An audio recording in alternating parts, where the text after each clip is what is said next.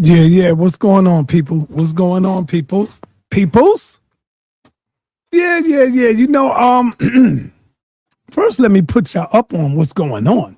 Every Sunday night at 8 o'clock, we got the round table. And the man who's leading the round table is my brother Morpheus on the round table channel. In case y'all don't have that channel, let me go ahead and find out about that channel there. All right, here we go. Let me click that channel so that I can put it in the in there. You know, because y'all gonna need that. That's the only channel that's gonna be on. We had it on here yesterday, but let me put that that link in here. You know what I'm saying? It's going to be a good thing. I like the way they started it off. It's going to get better as we go. We got Morpheus running that. It's not where you debate at. It's where you build at. That's going to be the building channel. It's not a debate channel. Now, you can disagree, but you won't be going back and forth and debating. Check. You won't be going back and forth debating. So let me drop that link so y'all know. Every Sunday, we starting it off like that. But it will be going on 2 times a week as we go and get better and better with it. And so let me drop that link in case y'all don't know about that channel. And there's the link in the chat. Make sure y'all subscribe. Subscribe. Save that. Click on it and save it. That's where we're going to be building that. All right. Now, you already see Jabari looking through the telescope, the microscope. He's ready. And he's about to get it in. I think this right here will be laying down everything. I don't know if Reggie might come back from this or if he's going to come back and respond to this. That remains to be seen. Right now, we got Brother Jabari. And I created a little soulful music, but it's going to get better. You know how I touch it up. Let's go.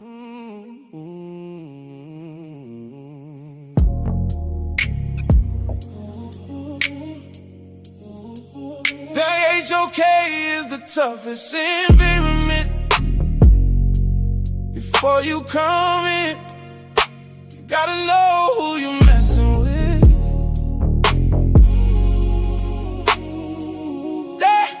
The HOK is the toughest environment. You think you're ready, you think you're nice. It takes a high requirements. You gotta pay the price if you wanna survive this life. Put your heart on the line, no room for second guessing. Step into the ring and learn yourself a lesson.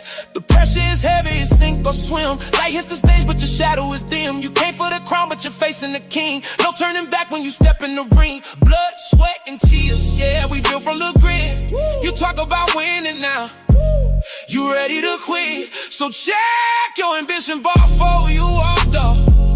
The HOK doesn't care about what you can do. The HOK is the toughest environment. Before you come in, you gotta know who you messing with. Yo, I see Harwin is already in here hating, man. Harwin, shout out to my man Harwin. And yo, that right there was like, I did that in like 5 minutes, man. 10 minutes, real quick. You know, that's just something, but you know I'm gonna add to it. It's just a taste. But you know I do my R&B joints. A lot of people do the hip hop banging, but I gotta come in with the R&B stuff. Without any further ado, we got our brother Professor Jabari Osaze in the building. Talk to us, brother Jabari. What brought about this topic that you're going in on? Talk to us. Well, first, let me say peace to the whole family. I'm hoping that you're doing well. I really hope that you're going to watch this and understand that we're talking about the debate. At least I'm going to talk about the debate, right? I've had an opportunity now to look at Reggie's slides. I saw them during the debate, And you might have remembered that what I said is that he had no sources. I'm going to show you why I said that. Because it's really important for us to be able to understand what Reggie's motivations are. And I think that one of the things that happened is sa.neter, the sa.neter, in order to have all of his scholars involved, he's able to give us monikers, right? He sometimes calls Reggie Dr. Reggie. You should also know that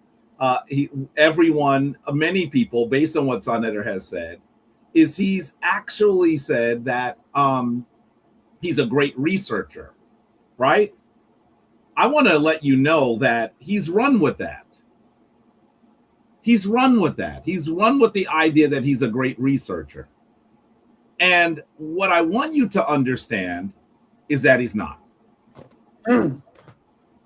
What I want you to understand is that a great researcher is able to really be able to give you an understanding of where their arguments came from.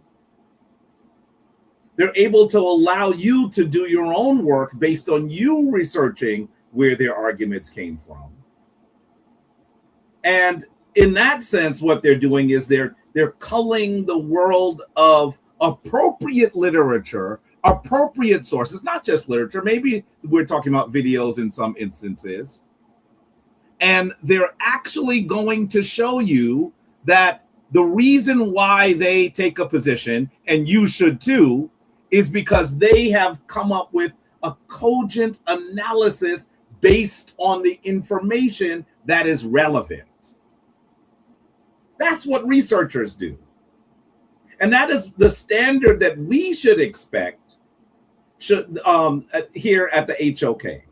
We should expect that when people are making arguments, their arguments are based on things that make sense. Their arguments are based on information that we think is valid, that comes from information that comes from verified sources. That's what this is about. When we say source up or shut up, we're saying you got to show us how you came to your position. That's what this means. And I've actually realized during the debate and after that a lot of people don't do that. I think we should expect that Reggie, who is supposed to be one of the best among us, does that. But in the entire debate, either he has no source, and a lot of times there's just no source. I'll show that to you. And then other times, very few times, he then misrepresents a source. That's what he does. And I want to say to you that it is intentional. That's the reason why when he says this is a source, he doesn't give you a page. He doesn't show you a quote. He just wants you to believe something that has become anathema in these YouTube streets. He wants you to actually believe him and actually agree with him and actually believe that he's done the work. And you have to ask yourself, what is he really saying?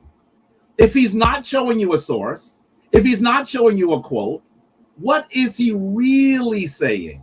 I would argue that what he's really doing is this.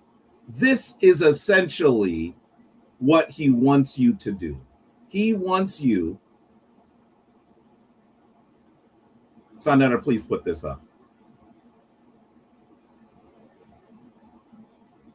He wants you to trust him. This is Reggie's new logo. Source, trust me, bro. This is Reggie's new logo. Because one of the things that you're going to recognize he does is he claims something and he pretends that it's there, but he doesn't actually show you it's there. So I'm going to show you exactly why I'm making this case. And I want you to understand where it comes from. Now, there's something I need to say. I need to say that as I'm examining Reggie's sources, I am once again talking about the debate. I'm not talking about his life. I'm not trying to say that you should simply believe something because I'm saying it. I'm not saying that you should believe something because he's saying it. I'm not going to go into his personal relationships. I'm not going to go into how he supports himself, because none of that is what we should be doing. None of that is what we should be doing. In fact, I want you to know that my opponent is doing that because he knows that he did not do well. He knows he didn't do well. So I'm going to show you what he did. But before I did that, listen to what he's really doing. Sa.neter, please share this. This is what he's really doing. So we're going to examine his sources, and that's all we're going to do. But I want you to listen to what he is doing. Listen carefully. I told you he was going to do this. Listen carefully to what he said as recent as last Thursday. This is after the debate.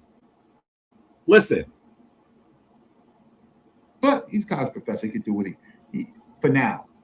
You're a college professor for now. Trust me when I tell you. Don't think that Brother Reggie don't got no legs, y'all. Brother Reggie got legs in academia. Don't think that I ain't got no legs. Look at who my teachers are. They all PhDs. Now I want you to hear it again, because some of you are going to pretend that he's not doing what he's doing. I told you he was going to do that because he referenced it in his anger before the debate. Now this is after the debate. Listen to what he says he's trying to do. But he's a college professor. He can do what he for now. You're a college professor for now.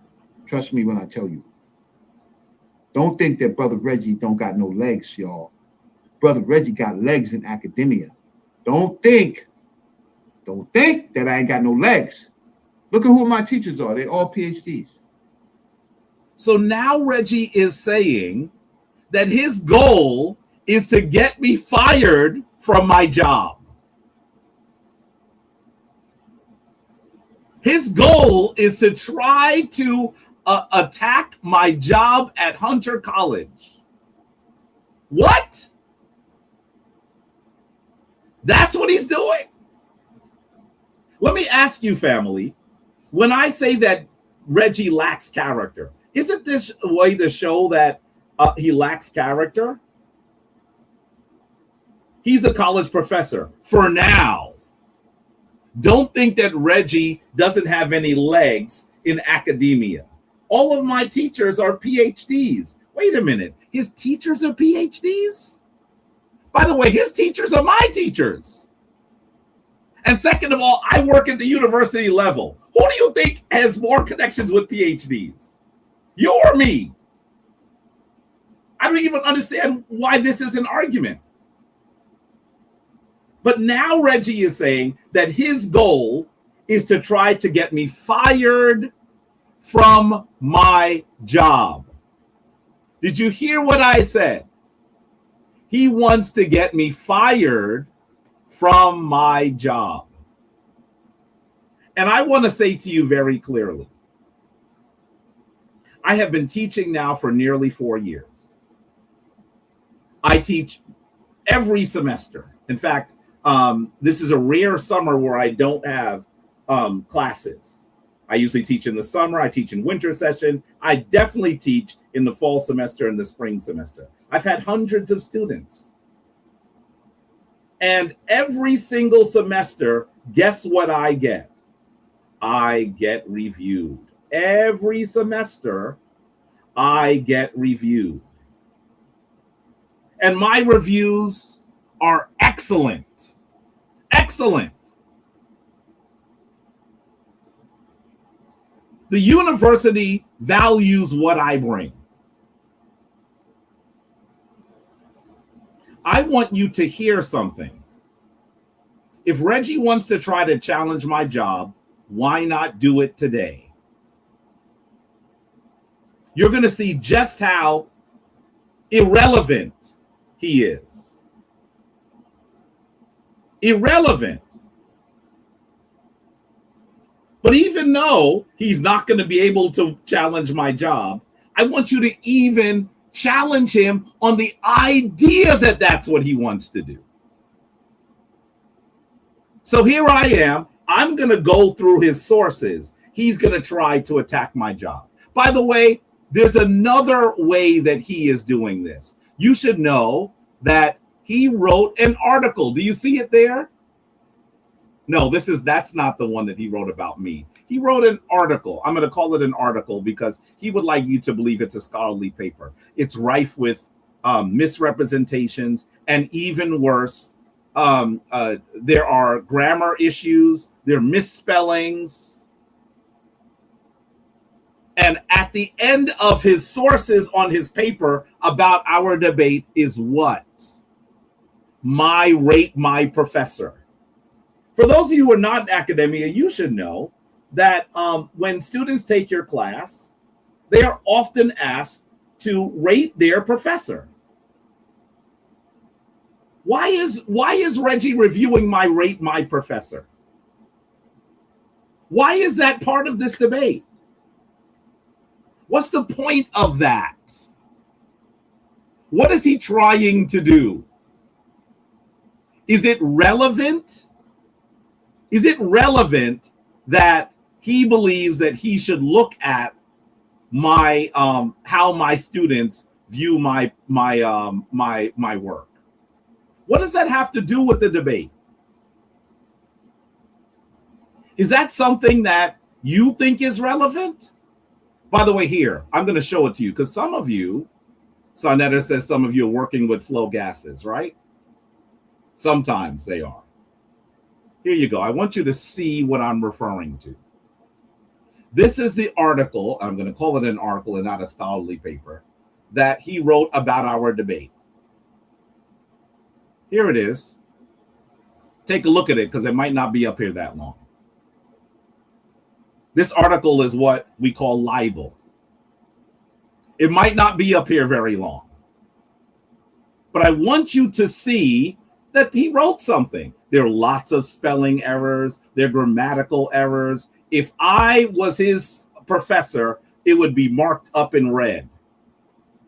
And at the top, I would write, "Where's your source?" But I want you to look all the way at the bottom. These are supposedly his sources. Once again, he misrepresents sources. He does that here too. I want you to look at what he claims his sources are. Because some of you are thinking, Jabari's just saying that. Here are his sources, right? References, right? What's the last reference? Can you see that? Can you see his last reference? Rate my professors, Jabari Osaze. What does that have to do with the debate? What does that have to do with the debate? At this point, some of you who are rocking with him because you're his friend. And I know that some of you probably are feeling loyal because you're his friend. You need to talk to him and say, Reggie, this is a bad look. Reggie, this is not supported by a debate. You know who I'm talking about. I'm talking about folks like Brother La. I'm going to call you out, Brother La. I don't think that you're an immoral person. I don't think you're an immoral person. I think you're a decent person who feels like you need to support your friend. Is this what friendship means? I thought friendship meant that sometimes what you do is you stand up to your friend and say, no, brother, that's not right. You don't have to do it in public. But if I had come on here and said I was trying to get Reggie kicked out of his apartment, what would you say about me? What would you say about me? Wouldn't you say, wait a minute, that is out of bounds. That is without character. That is without merit. If you're his friend, you should be speaking to him about this. Remember that when we first started promoting this debate, he didn't ask me about my ideas in that first few moments. He asked me if he could look at the legal paperwork for my shrine of Ma'at. Can I see it? Where is it? I can't find you on the governmental search for New York State. I said, yeah, that's for LLCs. That's for LLCs. So you didn't find Shrine of Ma'at. Well, I didn't find your 501c3 either. I explained that we are locally, by New York State, by the way, we are locally registered as a religious or a spiritual nonprofit. And there is no need for me to file for a 501c3. By the way, I have 2 501c3s. So I know what the laws are, right? He said, well, you should be transparent. I said, brother, did you look at our website? He said, no, he hadn't looked at the website. How could you make a statement like that in public that I should be transparent, but you haven't even really looked? You have to challenge him on his character. You have to say, this must end. Because if this is what is going to happen here on the HOK, then I'm going to say to you that sa.neter, he's even challenging your business. Because it's no longer intellectual discourse. Now he's trying, if he can, which I'm telling you, 100% family, he cannot, to affect my ability to feed my family. Why? Because he lost a debate. Family, is this how someone who won a debate behaves? He knows he lost. Let's get into it. Let's get into it. I want you to look at his sources. First of all, really quickly, I need to do this again. I need to say what is literal. Because one of the things that Reggie does not do in the whole debate is give you a definition of literal. And it shouldn't just come from flights of fancy. It should come from a source that gives definitions. When you listen to Reggie, he will clearly say that literal means existing. What? Where do you see that? That's what he says. Literal means existing. When he says that, y'all should say, wait a minute, that's not valid. You need to explain that. I'm the one showing you a definition. And then he keeps saying, Jabari's being vague. He's not telling you what literal means. I keep putting it on the screen. Literal. To describe something as literal is to say that it is exactly what it seems to be. For example, if you put up a literal barrier to keep the world out, you've built a real wall. This comes from vocabulary.com. That's what literal means. And by the way, for some of you in the chat that are saying, someone just said he's pushing this ridiculousness. The ridiculousness is a definition, brother. If you think a definition from a site that gives definitions is ridiculous, you have fallen on your head and you need to go to the hospital immediately because you have a concussion. I haven't made any arguments yet. I'm just showing you a definition. Some of the people that say those sorts of things in the chat, you should call them out and say, brother, you're not making any sense. Stop. Stop typing and listen. Disagree after if you've heard something. Lion Times Baby says, Senjeti, by the way, his name is Sanjeti, has already verified Reggie as the winner. That is not true. I listened to Sanjeti speak. Sanjeti agrees with me. Let's continue, because some of you are here for ridiculous reasons. That's literal, right? By the way, definitions of literal as well on the other side. A literal translation marked by strict or particular and complete accordance with fact. That's what that means. Adjective, a literal depiction of a scene before him, marked by strict or particular and complete accordance with the fact. Allegory. Allegory is a story in which the characters and events are symbols that stand for ideas about human life or for a political or a historical situation. You're going to hear me continue to say that the Neteru are described in allegory. That is what you're going to hear me say. I'm not going to go through this slide anymore, but I do want you to see this. I didn't show this in the debate. I was moving quickly. Look at this, symbolic. Symbolic means as in representative, having the function or meaning of an object or figure that stands for something else. But I want you to see the synonyms and the antonyms for symbolic. Take a look. Look at this. Do you see that a synonym of symbolic is allegorical? So when I talk to you about something being symbolic, I'm saying the same as allegorical. You have to recognize that. And what's an antonym? This is from Merriam-Webster. This isn't from me. An antonym of symbolic is literal. By the way, some of you who are just rocking for Reggie said, symbolic doesn't mean that it's not literal. What? You are flying in the face of the meaning of words.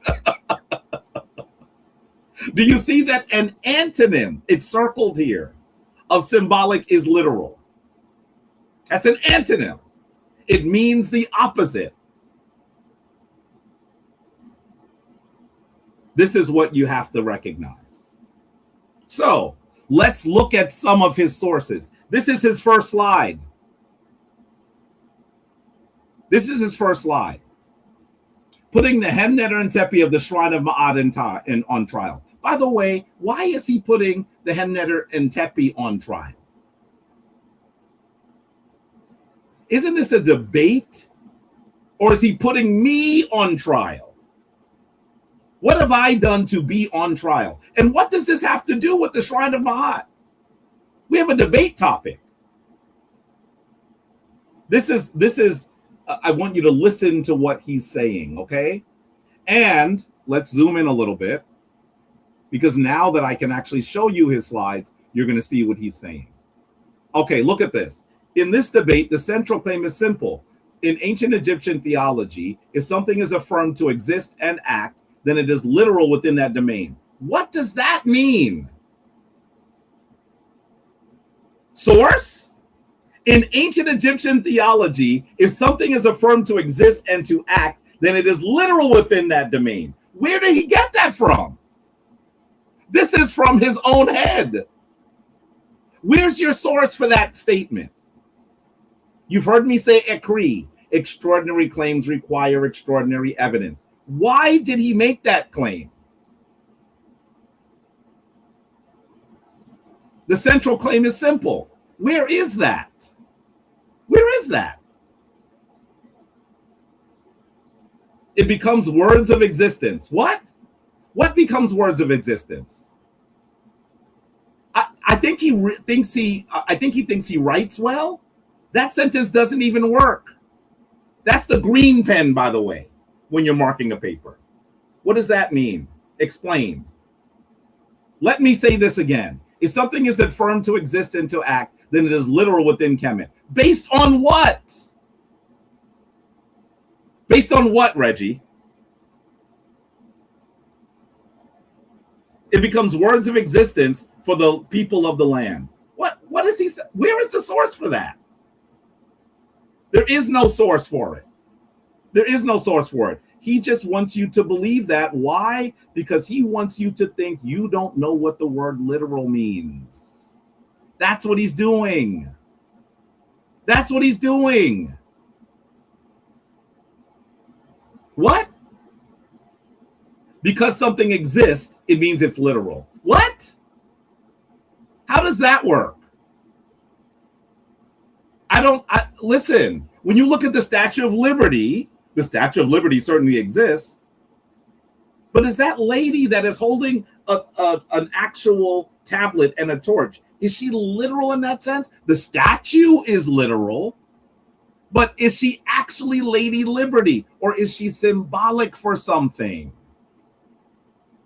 We're not arguing whether a statue exists in the physical world. That wouldn't even be a debate. We're talking about whether she is symbolic, whether she is allegorical. That's what this is about. Clearly, the statue exists, but is she literal? I think that you are not making sense, dear brother. By the way, Line Times Baby says literal, taking words. Wait. I want y'all to read what he said for those of you in the chat. He gives a definition that actually struggles for his definition, and he says take your L. Why? Because I think that Lion Times Baby doesn't really know how to read. It's okay, but we all have to improve on things. We all have to improve on things. Look at that. As opposed to mystical or sa.neter, can you put that on the screen briefly? Let's challenge what's being said. Can you see it? It was typed at 1:43 p.m. Put it on the screen, please.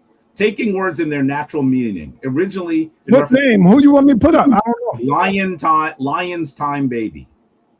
I want you to look. He actually put a definition there. Is that what we're arguing? Did you see it? That's what we're arguing. You see it? It's up. Oh, sure. If we are saying that we're taking words in their natural meaning, then you are saying that something is literal. I agree with that definition. But the Neteru are not taken that way. I'm going to show you more. He says, hold your L. Brother, please stop typing and do some more research. Okay, let's go. Okay, you can take it down, sa.neter, because I want you to see a little bit more. Okay. These are just his ideas. There's no source whatsoever on the first page of his paper. Can you see that? There's no source whatsoever on the first page of his entire paper. That's a lot of words for no source. Okay, here's the second one. He talks about Paul and the Israelites. He says for the ancient Egyptians, the neters are literal gods, real divine agents expressed through their words of existence again. Meta-neter, not mere allegories. By the way, source. There's no source for that. But he does get to a source further down. I want you to look at what he says about Vincent Tobin, and let's scrutinize it for a minute. He says, Vincent Tobin states that the Egyptian corpus is not a mere collection of legends or traditions about the gods, but rather a carefully constructed system of mythic symbolism. By the way, if he's saying that it's a carefully constructed system of mythic symbolism, symbol is the opposite of literal. I just showed you that. His source doesn't work. His source is saying what I'm saying, and he's saying, I used the source. Yeah, you used the source for your opponent, not for you. And he keeps saying, I used Vincent Tobin. I want to go further here. Let's go further. He also says Vincent Tobin says that in his 1989 book on page X. I want you to know something. I want you to know something. That book has been long out of print. You can't get it anywhere. You must demand that Reggie show you where he got this source from. Well, maybe you don't have to, because you know what he tells you? He says that part of it comes from Goodreads below. Goodreads? He got that source from Goodreads. I want you to understand that that means he didn't read the source. He didn't read the source. What it means is he simply looked at something that someone said on Goodreads. You can't read the actual source on Goodreads. The most you're going to get is a line from someone. That's where he says he got it from. That's not a source. Have y'all looked at Goodreads before? There's no full text on Goodreads. How do you give that as a source and you haven't read it? You know where he got this from? I'm going to show you where it came from. Oh, man. Damn. I'm going to show you where it came from. By the way, how could I do it if the book is out of print? I don't know if you know this, but when I say you look at sources, I look at sources. So I thought I had the book, I didn't. So you know what I did? And I did this because I am a professor, although many of you might be able to do this as well. I went to interlibrary loan. There is a source in the Columbia Library. I'm a teacher for CUNY. I don't have access to the Columbia Library. But what did I do?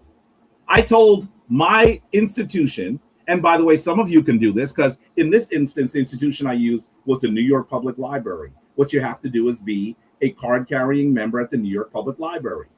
Some of you are saying, well, I don't live in New York, Jabari. You can get a library card in New York Public Library without living in New York. You just have to register for one. This is how serious I take sources. Do I have public library cards in cities that I don't live in? Absolutely. Why? Because it gives me access to those books. So what you're seeing here is the transcript of me telling them that I want you to scan the necessary pages. That's how serious this is. I'm going to show you where he got it from, family. It ain't here. He got it from here. If you listen to what he says in the debate, he got it from here. A Wikipedia page on ancient Egyptian deities.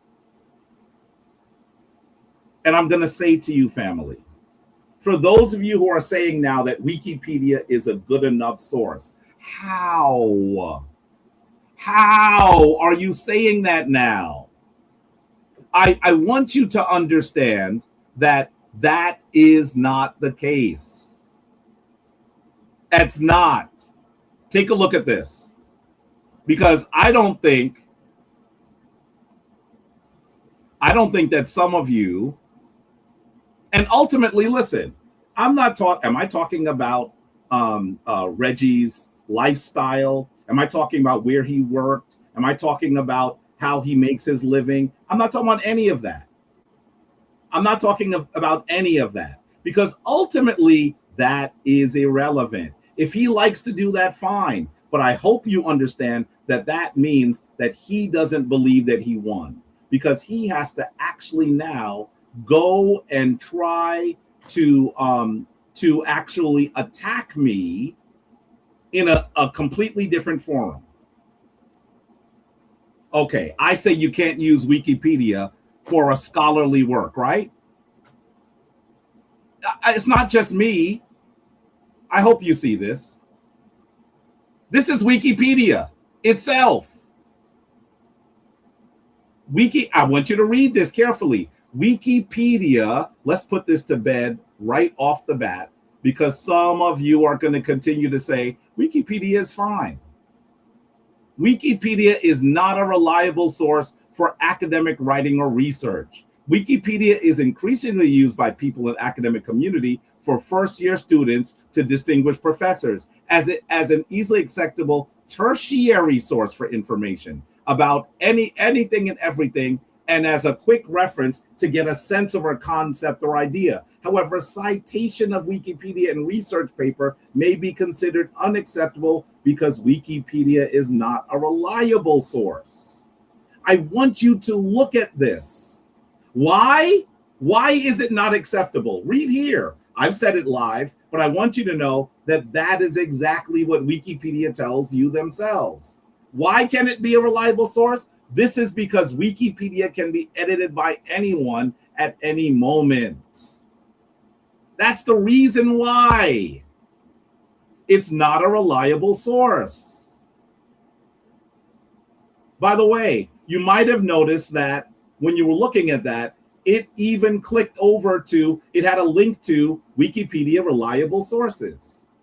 Look at this.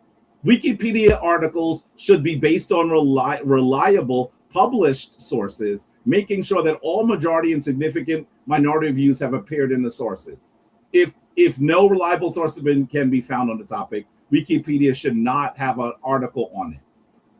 So what I want you to recognize is Wikipedia is going to try to give you the sources so that you are able to look at the sources yourself. That's what this is. Articles should be based on reliable, independent, published sources with a reputation for fact-checking and accuracy. That's what this is about. That's what this is about.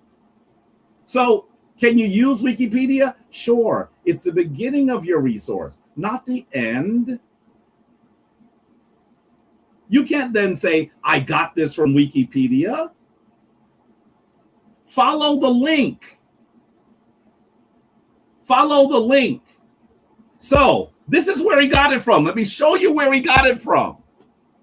When it talks about the characteristics of ancient Egyptian deities on the Wikipedia page named Ancient Egyptian Deities, you're going to see here. It says most modern knowledge of Egyptian beliefs about the gods is mostly drawn from religious writings produced by the nation's scribes and priests. These people were the elite of Egyptian society and were very distinct from the general populace, most of whom were illiterate. Little is known about how well this broader population knew or understood the sophisticated ideas that the elites developed.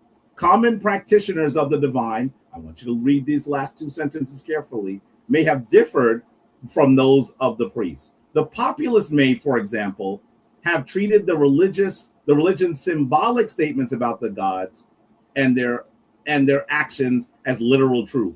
That's where he got it from. How do I know that? How do I know that? Do you see there's a citation for that? Do you see that there's a citation for that?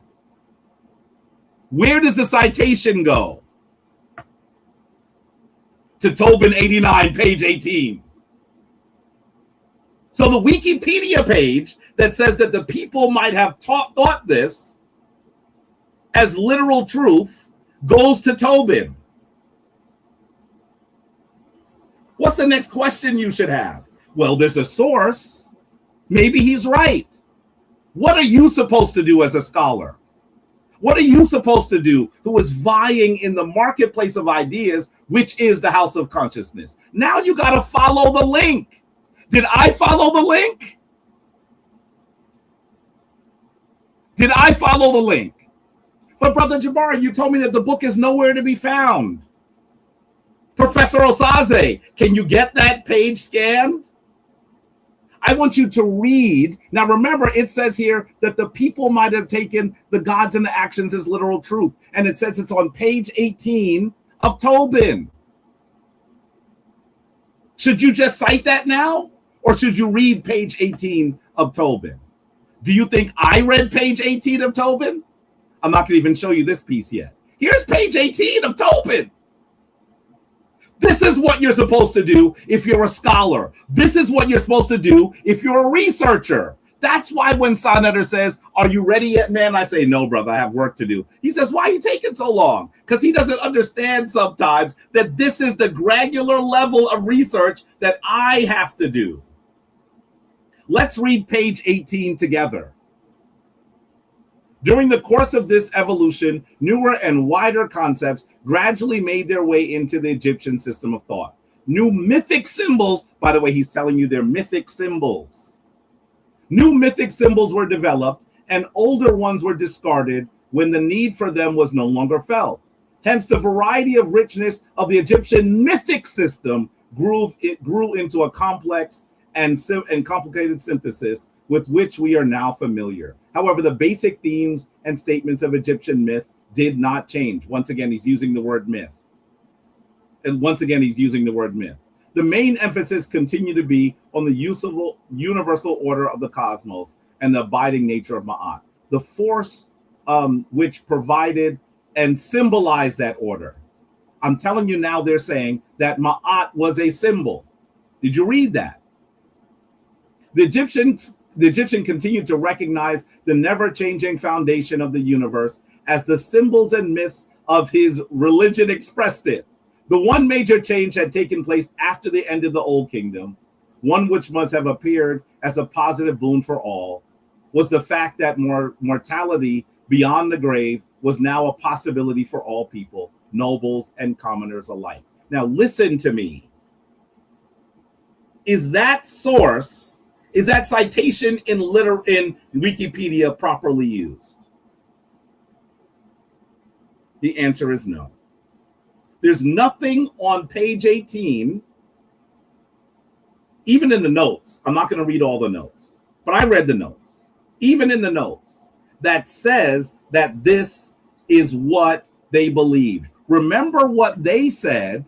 This is what Wikipedia said. Remember what it said. And this is where it's cited, right? This is where it's cited.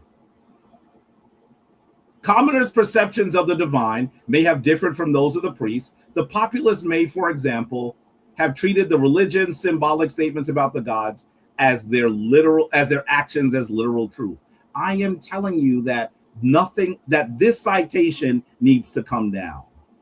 That scholars should question this citation. Is Jabari Osaze as a scholar going to take this down? The answer is yes. Have I done it yet? No, because I wanted you to see the problem with Wikipedia. Just because someone says it doesn't mean that it is what it is. You as a scholar have to do it. Don't do this.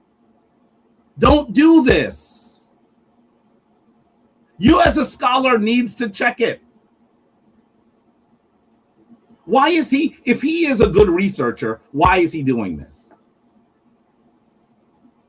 He's not a good researcher. He's not. He's not.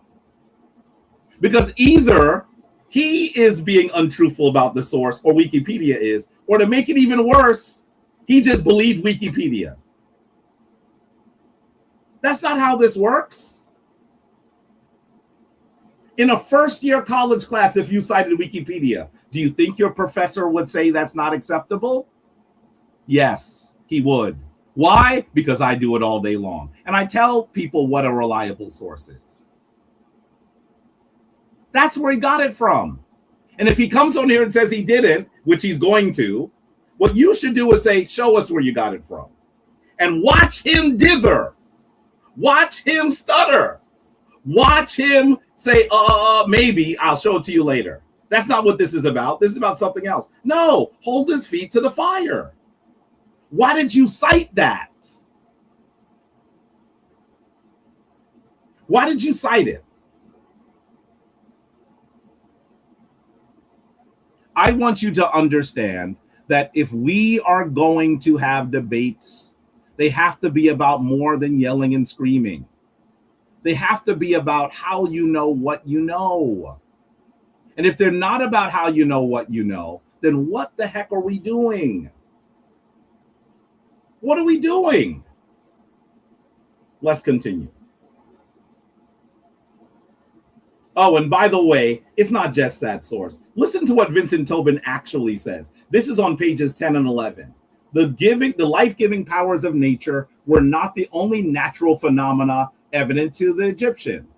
There was also the desert. There was also death and the realm of death. The desert was the very opposite of the fertile and life-giving black land of the Nile Valley, and hence it was an obvious development for the desert to become associated with the opposite of life and order.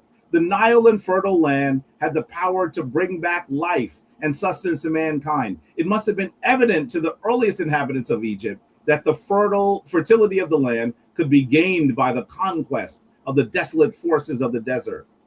The renewal of life was not, therefore, automatic. It was a result of struggle in which the negative forces had to be defeated. Now, once again, now he's beginning to talk about forces.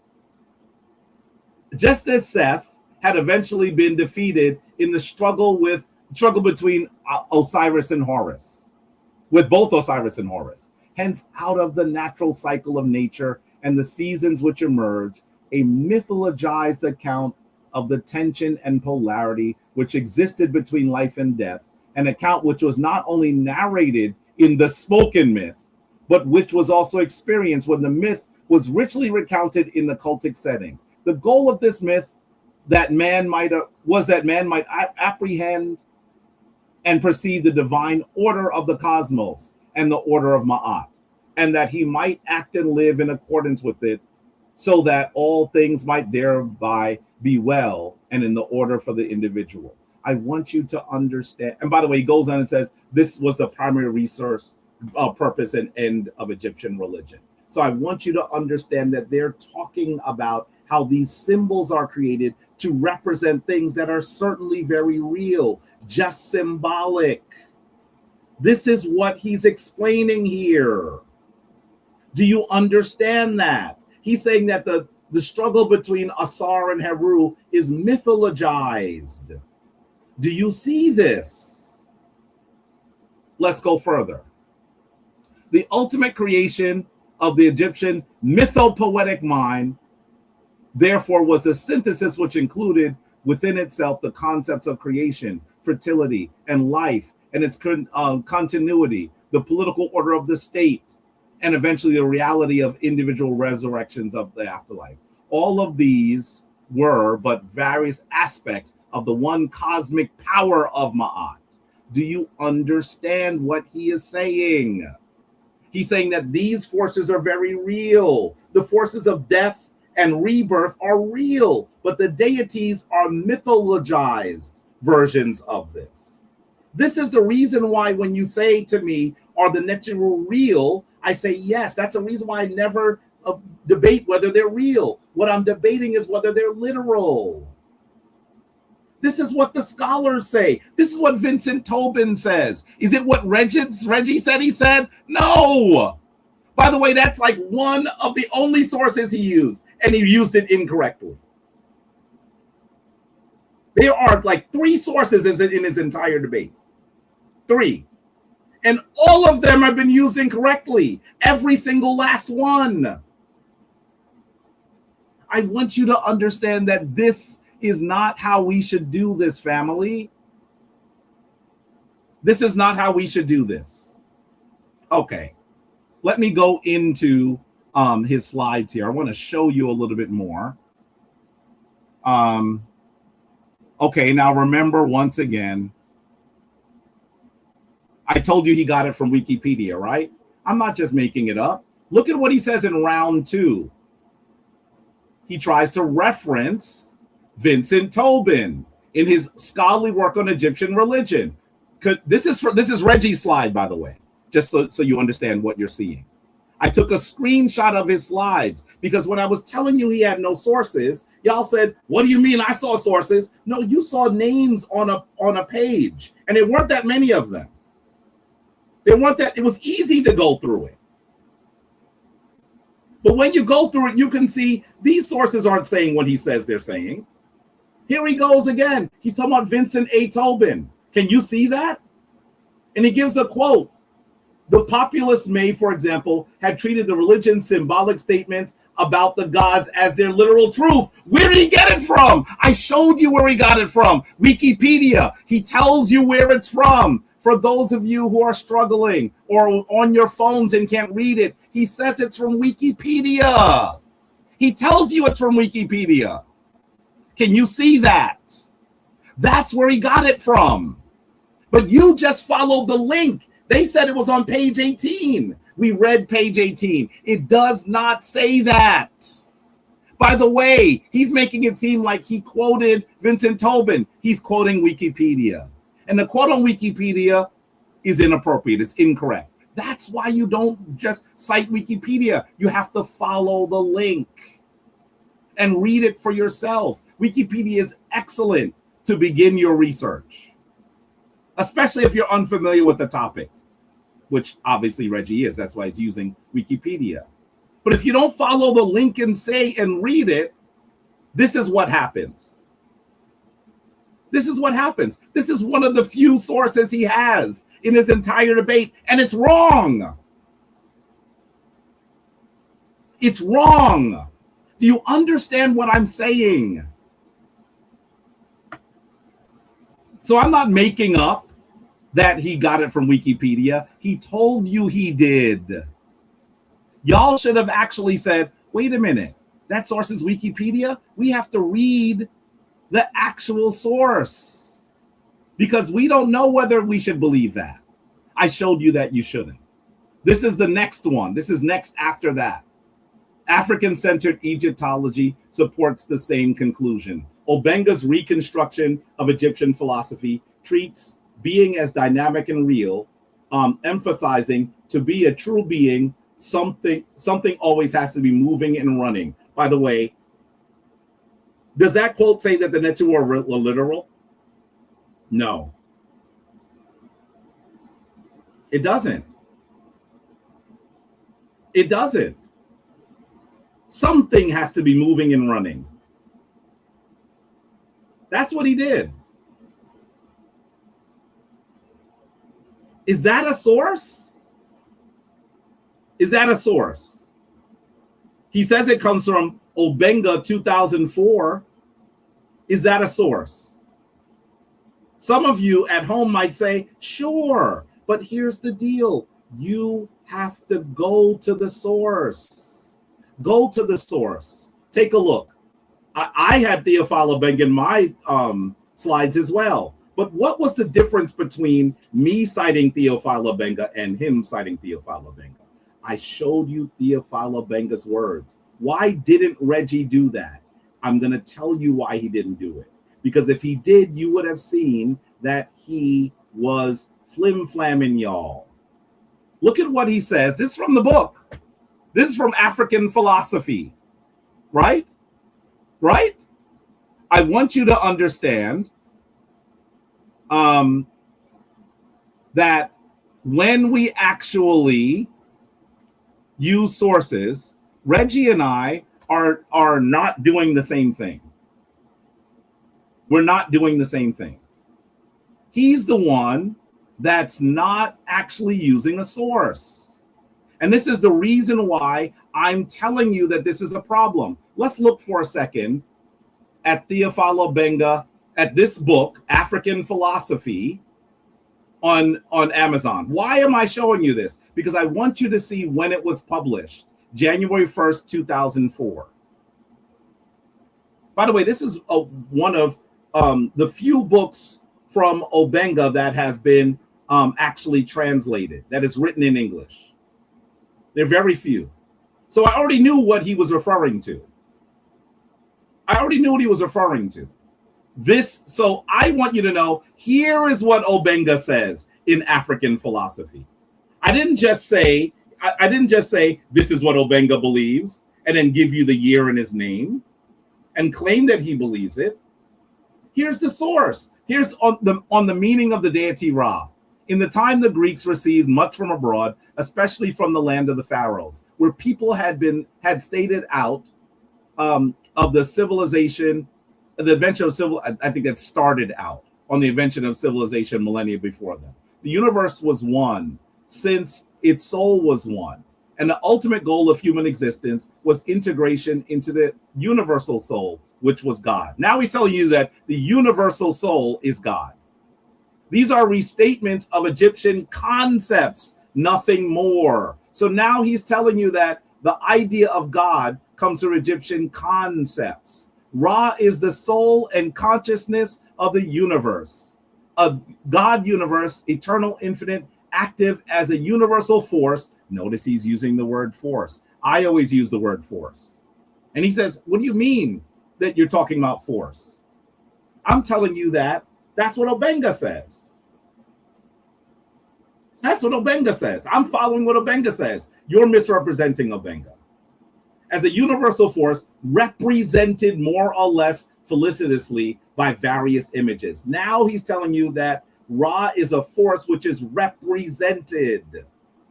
Do you understand that he's not talking about literalism? Represented by various images, Aman the solar ram, Kepri the sacred scarab, Ra the sun, Atum, and so forth. As for the idea of the fusion of the human soul with God after life, it is a recurrent motif in the Book of the Dead. I'm giving you the page numbers, by the way. I'm giving you the page numbers. By the way, it's 144 to 154 to 145. Let's continue. He also compares the doggone creation story to the Kemetic creation story. I'm not going to read the whole piece here, but I want you to look at what he says about these two, because they're very similar, first of all. And then he says, in neither case do we find any instance whatsoever of religious revelation. Ptah and Amma are only images, making it possible to name the creative being, source of world order, the initial rational principle. The mythic narrative is an instrument. Now they're mythic narratives, which are an instrument for you to understand something larger. The issue at stake is the nature of the initial creative principle. That is the goal of investigation. This is what he says here. How about on Ma'at? How about on Ma'at? Let's go down to here. The ancient Egyptians were conceived that there was a higher order, living and eternal. They conceived of this deified cosmic order as a combination of justice and truth and called it Ma'at. Can you see here that he's talking about how they conceived of something? Cedric says, same source, but Reggie had no sources. Cedric, when you have a source, Cedric, listen, I think that you're a rational person. You may disagree with me, but I want you to hear what I'm saying. A source is when you actually say, this is where I got something from. I'm telling you that he just simply said the book and the year. How are we able to say that that book agrees with him? You should show us what it says. That's not a source, Cedric. This is a source. I'm reading to you sections of the book, Cedric. I'm reading to you sections of, this is what Reggie was supposed to do if he's arguing that Theophile Obenga agrees with him. I'm showing you by reading Theophile Obenga's words that he doesn't agree with him. If I said to you, Jabari Osaze is a universal being capable of making the sun rise and set at his will, and I said the source is Osaze 2014, would you believe that? Or would you say, what are you even referring to? Where does it say it there? Show me where it says that. That's a source. Hey, Jabari. Yes. You know what this debate has done, brother? This is a very powerful debate between you and Reggie. You know what this debate has done? You hear me? I'm listening. I'm waiting for you to go on. Yeah. It shows that brothers like Cedric, Harwin, and all these people, they don't deserve to teach our people, brother. Because they would rather lie where the source is. I'm surprised that Cedric will say that's a source because Reggie quoted Theophile Obenga. He didn't quote him. He just gave his name. Yeah, and see, people like Harwin and Cedric and the rest of these guys, they fuming off of hatred. I just want to see Jabari lose. That's not the way this thing supposed to go, man. Especially when we're trying to teach our people, brother. All biasness should be out the window now. I want you to hear, sa.neter. There's a phrase that says, a prophet is never recognized in his own home. Yeah. I'm not saying I'm a prophet. But Right. all of you know that I'm a college professor. This is what I do for a living. Right. Are you countering the college professor about what a source is? Is that what you're doing? You may not like me, and that's fine. It's okay if you don't like me. I'm not doing this to make friends, but I'm trying to explain to you how you source something. Who else should you ask about what a source is? I'm the guy that reads papers and gives grades that actually can affect someone's life. Right. And trust me, I'm the one that says this is not verifiable based on what you wrote. Why would you think that you should argue with me about this? Why? This is completely in my wheelhouse. Completely. I'll talk to you later.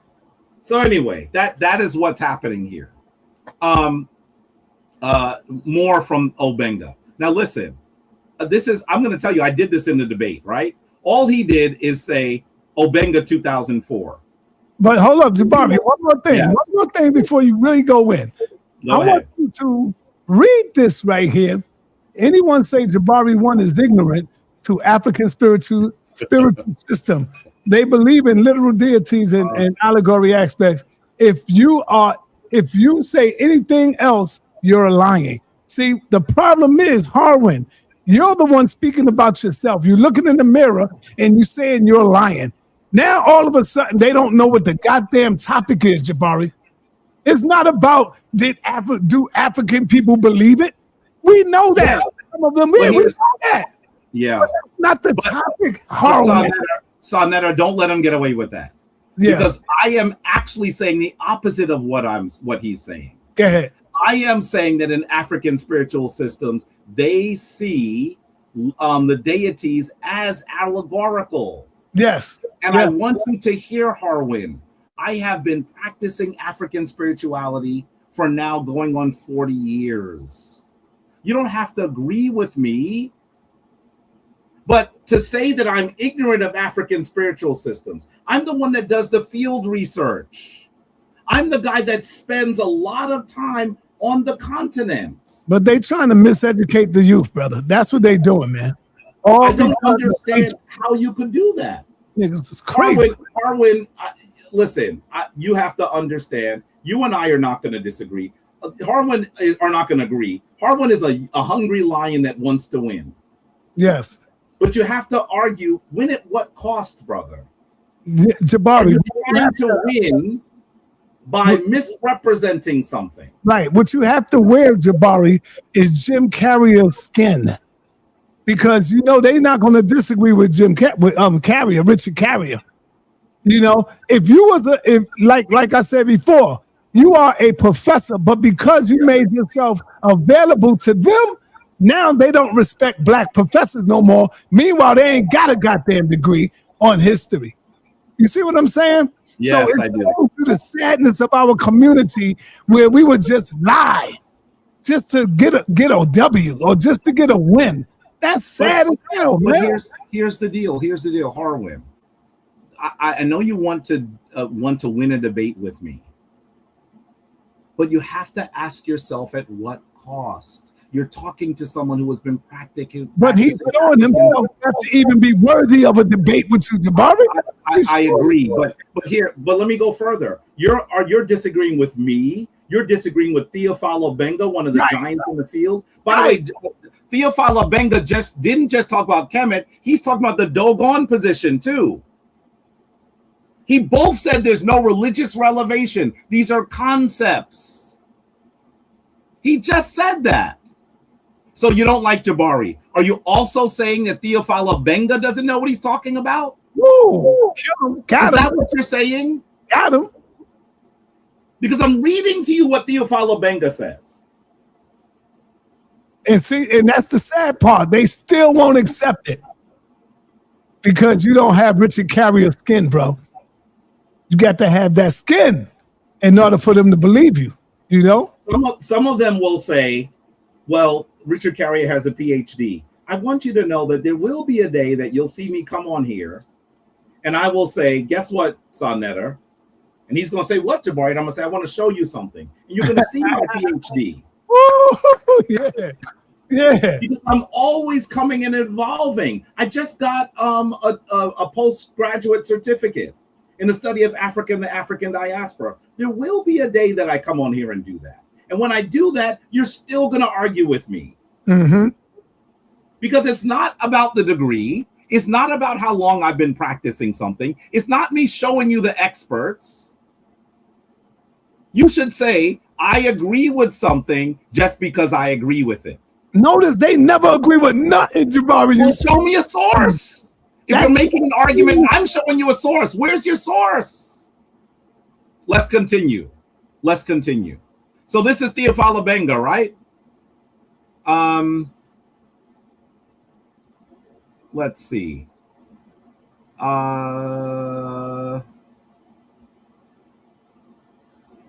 Okay. I don't want to read everything, but look at this here. This says, Ma'at is justice, a way of intelligent, conscious living, a concept at once ethical and speculative, a logos. I want you to understand that now they're telling you that Ma'at is a concept. But I thought Ma'at was literally a woman with a feather on her head. No, Ma'at is a symbol for something that is certainly real, but not literal. That's what I want you to understand. How about Jehuti?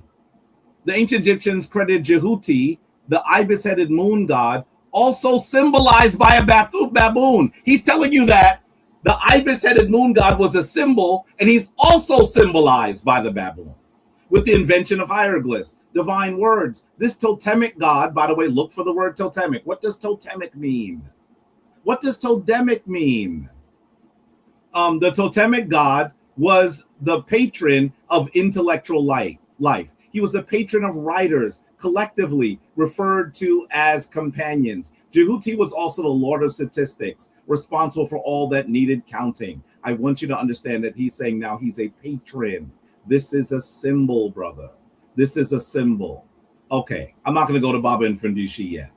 By the way, you should know Baba and Fundishi, one of the reasons why I didn't respond as quickly to what Reggie was doing is I was doing the work. I was actually at the Hapi in the Shai conference in Chicago, and I led a tour of the Institute for the Study of Ancient Culture with Baba and Fundishi. You don't think I understand what he understands? With him. And who was on my tour? Robin Walker was on my tour. Queen Afua was on my tour. I served as the MC for the whole weekend. I'm exhausted right now. I got back late last night. I got back like 11:30 last night. I had work to do, so I got up early. I want you to understand that I've been doing this for a long time, folks. If you disagree with me, have a scholarly debate. Show me your sources. Don't just say I believe this because I believe this. And then don't tell me about what Africans believe, because I'm showing you what Africans believe. And by the way, I'm an African. I've been practicing ancient Kemetic spirituality. Harwin, I don't even know if you're 40 years old yet. I've been practicing it nearly 40 years. 36 years. 36? I started in 1990. Oh, man, I'm getting old. 36 years. Harwin, have you ever taken a tour? Are you even 36 years old? Have you ever taken a tour? Have you ever taken your people on a tour? Not just over to the museum, but let's say to Africa. Come on, brother, sit down, man. Sit down and stop pretending. Let's continue. Let's continue. To be a scholar, bro. Yeah, let's continue, because I don't want to get completely. I want to respond to some of what's going on in the chat, but I also don't want to get completely sidetracked, because part of this is for you to actually look at the sources, right? Look at the sources. So look here. Dr. Ricketti's linguistic teaching defines neter as existence. What? No, she says the neter is all of existence. Right. That is what she says. Yep. She doesn't define it as existence. Neteru as manifestations of existence. What does the word manifestation mean? Can someone tell me what the word manifestation means? Can you? What does the word mean, manifestation? If she says that that the word is the neteru are manifestations of existence, that's exactly what Reggie just quoted her saying, right? What does that mean? A manifestation. Here we go. The act or process or an instance of manifesting. Something that manifests or is manifest. A perceptible outward or visible expression. One of the forms in which an individual is manifested. We're not talking about something that is literal. A public demonstration of power or purpose. I want you to now look at the definitions of the words that are being used, because they may not actually say that that manifestation means symbolic. They're using many words, but do a deep dive on what the word means, because sometimes people are just unfamiliar with it. And by the way, I've showed you Raketi Amen's work. I've showed you her work. Do I have to show it to you again? Is it necessary is he misrepresenting Raketi Amen? Is he? Is he misrepresenting Raketi Amen? I hope you recognize that he is. Because if you don't recognize what he is, then maybe you haven't read her work. That's the problem here. I showed you that. We'll be here for 4 hours if I do that again. Right? Let's continue. He says, by the way, look at all of this. Do you see any sources? We see Obenga, right? Then he says, Schemitzo WordPress. What is that? What is this? What is that? That's a source? What is that? Where's the quote? Where's the quote? I want you to understand that this is not properly done.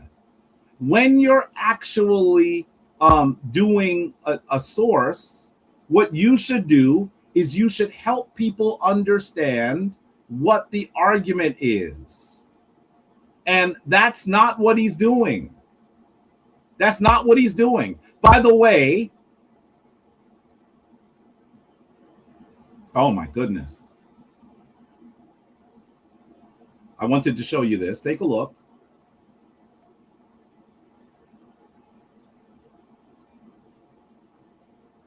This is the source. He doesn't tell you, there's no quote. He just tells you he gets it from here. He gets it from here. By the way, what's one of the things you notice about this page? sa.neter, do you notice anything about this page I'm showing you?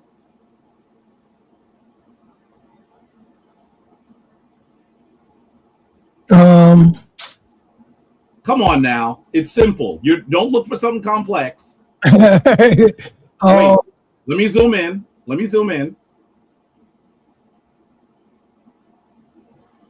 What do you notice about his page? Just tell me. Never. Just tell me. Just tell me, man. Brother, can you read it? Can you read it? Can you read that, sa.neter? No, just tell me. Why? Why can't you read it? Oh, man. Just tell me. Can you read that? Just tell us. Oh, no. Look at the people it's not in English. Nah, I can't. I'm looking at you. This page is in German and Japanese. Oh, my God. Did Reggie put this up in the debate? Yeah. Listen, you're not hearing what I'm saying. Look at this. Look. He gives this as a source that matters because neter is filled with anthropomorphic and zoomorphic symbols and deities. Those symbols are not evidence that the gods are unreal. By the way, am I saying that the gods are unreal? No, I'm saying they're symbolic. But that symbolic writing is the medium through which real divine existence is expressed. And look at the source that he gives. You clicked on the source. Look at the source. Listen, you know why you're not getting this, sa.neter? because you think that he makes sense. This is the source. Can you read that, sa.neter? Sa.neter, the answer is no. Why not?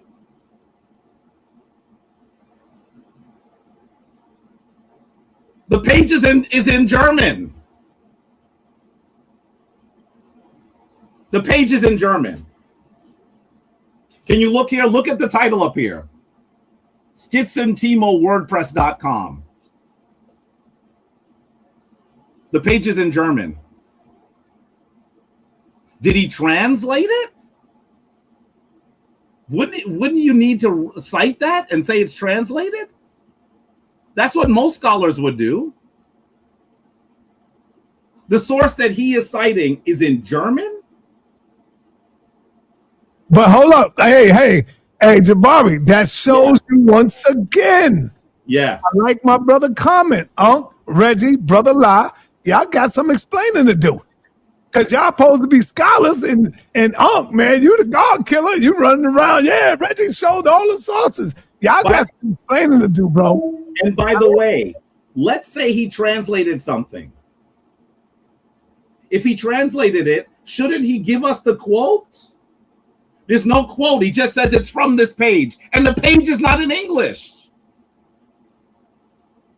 That's not a source. Family, that's not a source. Reggie reads German now? Reggie needs Japanese now?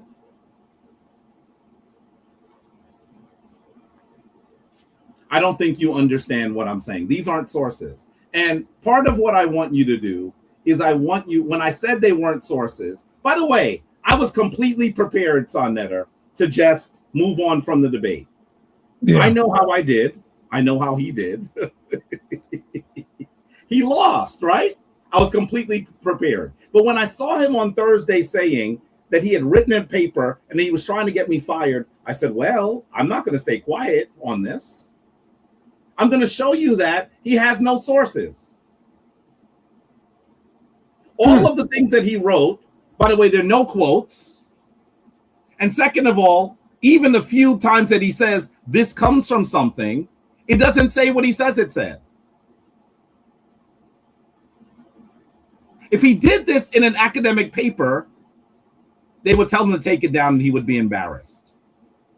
If he did this in a dissertation, they would revoke his degree. In a master's or dissertation, if you did this, they would revoke your, this is not hyperbole. They would revoke your degree. That's what happens here. I'm trying to tell you that this is what he did. Okay, now once again, he says, he gives Tobin again. Look, and you know what? Here again, he didn't read Tobin. He got it from where? Wikipedia. He didn't read Tobin. He took their source and said, it's my source. I got it from Wikipedia. I already showed you that when you follow the link is incorrect. That's not correct. That is not a source. He's telling you he got it from Wikipedia. Can you read this on the page? Folks, after this is done, you need to tell Reggie he's not a researcher. He was saying, I'm a damn good researcher. No, you're not a researcher. Because researchers don't do this. He might need to say, I'm not a researcher, but I play one on TV. That's what he needs to say. I'm not a researcher. I play one on TV. I showed you that the citation was incorrect. Did he follow the citation? By the way, down here he says, he's talking about the conference rethinking the visual aesthetics of ancient Egyptian writing. He shows you several people. He talks about Stephen Quirk, more on that in a minute. But he goes down here and says, Dr. Mario Beatty presented deciphering Akhenaten's art style in relation to his theology of light. His paper and related public readings, e.g. meta courses, treat Aten and other Neteru as literal objects of worship and theological discourse. Now, I want you to read what he says next. A direct quote from his teaching on Akhenaten, tied to the same theology of light discussed in the conference paper, uses the word literally. Wait a minute. Because he uses the word literally, that means that the Neteru are literal? Why isn't he showing you the quote?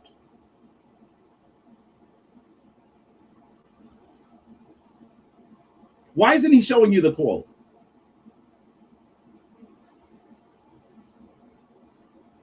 He's not showing you the quote because this is incorrect too. This is incorrect too. By the way, I doubt heavily that he actually read the paper. I don't think he read the paper. You want me to show you what he did? Let me show you what he did.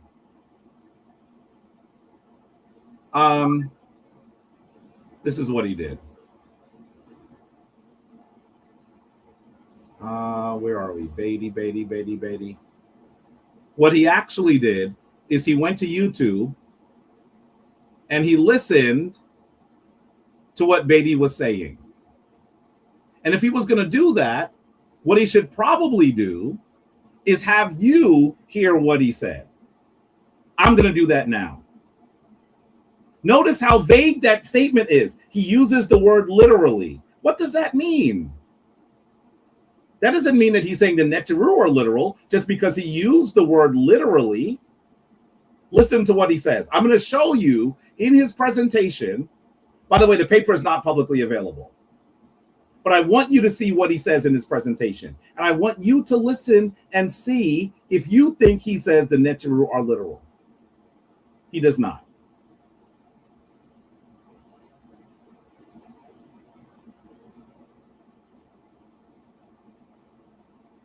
Creation. And so Cyril Aldrich, can you hear that, sa.neter? 1975. Yes, I can hear it. Entrance to the Wadi Abu Hassa el Bahri forms a natural curve in the form of a mountain glyph. And when the sun rises over this area, it naturally forms the glyphs for Akhet. From this, he theorized that this observed phenomenon probably inspired the actual origin of the name of the city. In addition, I would add that not only does this wadi form a natural curve in the form of the mountain glyph, but also, as you can see here, also the bank of the Nile River, and also the curvature of the mountains bordering and enclosing the city. Both of these forms all have the curvature in the form of the mountain. Listen carefully here. What we're seeing here visually in the landscape is a sacred alignment of the mountain with the mountains bordering and also the Nile River at once. We can see it here also. Listen. Visually, this break in the cliffs, as David Silverman says, visually, this break in the cliffs forms a striking physical approximation to a classic ancient Egyptian notion, the solar Akhet, or eastern horizon from which the sun rises every morning. The appearance of this natural landform was apparently Akhenaten's inspiration. Akhenaten identifies the site very literally in the boundary stela as the sun god's place of the primeval event. Wait a minute! You mean in one of the times that Mario Beatty says something is literal, he's talking about how there is a break in the horizon and the sun often rises in that space in particular places in Kemet. He's saying this is literally where they get the glyph for the Akhet or the horizon. Is he talking about a deity? No! No! That's why he said in his presentation that Mary Beatty used the word literally. What does that mean? Just because you use the word literally doesn't mean you're saying that the deity is literal. He used the word literally. That's his scholarship? I'm not finished. Here's the second time he uses the word literally in the entire presentation.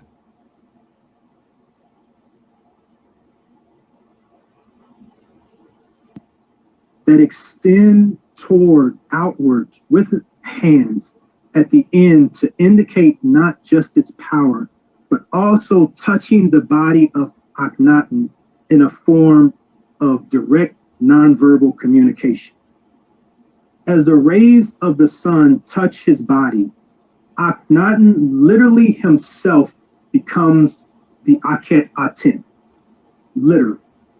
As we started off with the tomb of I, he becomes exactly like the Aten. When we're looking at the extreme version, I think we are looking at an attempt of Akhenaten to actually map this understanding on his body. So when you see the extreme forms of his body, the curvature in the spine and the curvature in the torso, you can visually imagine those things as when the sun disk touches his body literally becomes the Akhet. I want you to hear, this is the other time that he says literally.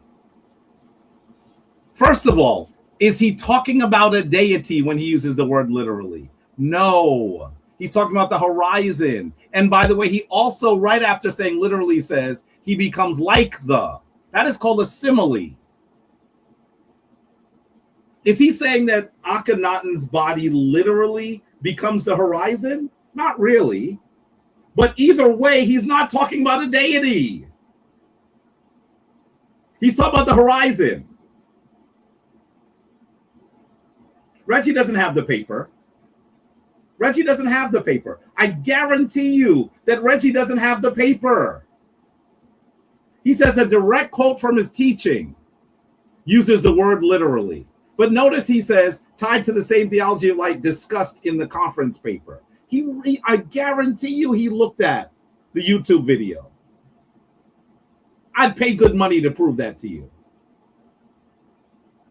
And Mario Beatty is not I want to say again, Mario Beatty is not talking about a deity when he uses the word literally here. He's not talking about a deity when he uses the word literally. He's not talking about a deity when he uses the word literally. Simply because the word literally is in your language, that means that he means that the deity are literal? Is that what he wants you to believe? That's not what he's saying. He is misrepresenting Mario Beatty. Folks, this is some of the worst scholarship that I've seen. It's some of the worst scholarship I've seen. And I want you to understand that this is how our brother did the entire debate. I'm showing you every bit of work from him. Now let's go further. So then he gets even worse. Now he creates a table. Look at this. He creates a table of main cases argument presented for literal interpretation of the Neteru. So he prints a table. Once again, no quote. In fact, in most of these, he doesn't even give an author and a year. Certainly no page. That's not a how you quote something. Look at this. Literal treatment in ancient Egyptian culture. By the way, what's his source? Ancient Egyptian deities. I already showed you that that's wrong. I already showed it to you. You have to follow the link. By the way, you know the reason why I didn't follow the link? Because when he looked at the source, he knew he couldn't get access to the source. I can. I showed you what the source says on page 18. It says nothing about that. In fact, it's talking about mythic symbolism. Certainly not about deities as literal. Let's go further. Here's the rest of it. Look at this. Critique of strange images as non-literal. His source, internal linguistic analysis. By who? That's a source? That's a key source. Internal linguistic analysis. What? What? Broad categories of Neteru. Neteru encompasses human, animal, insect, plant, deceased, deified humans, heroic, royal, blah, blah, blah, blah, blah, blah. He goes through here. By the way, there's no one disagreeing with this. That doesn't mean that it's literal.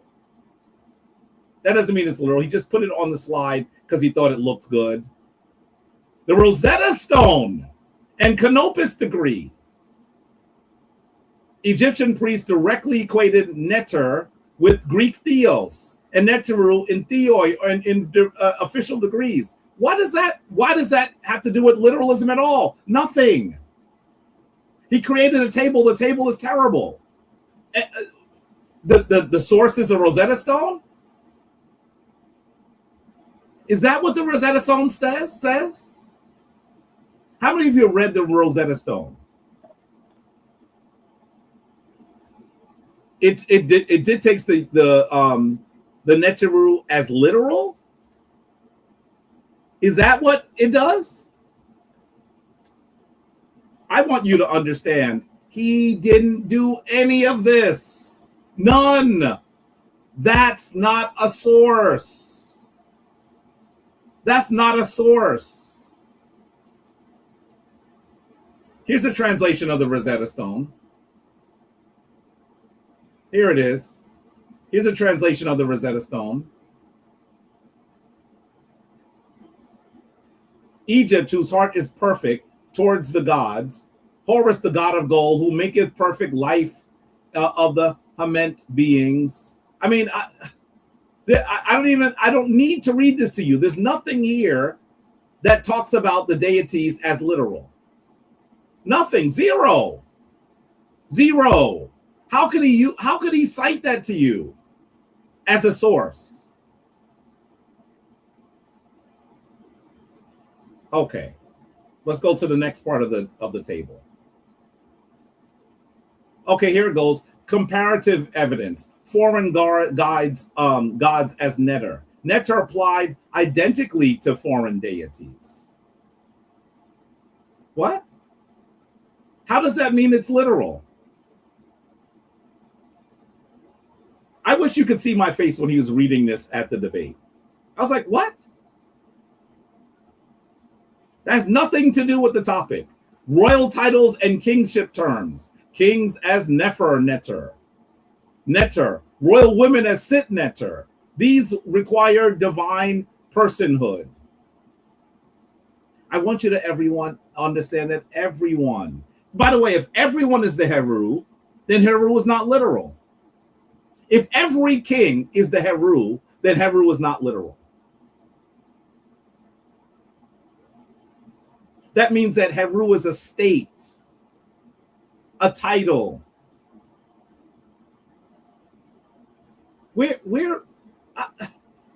This is research, family.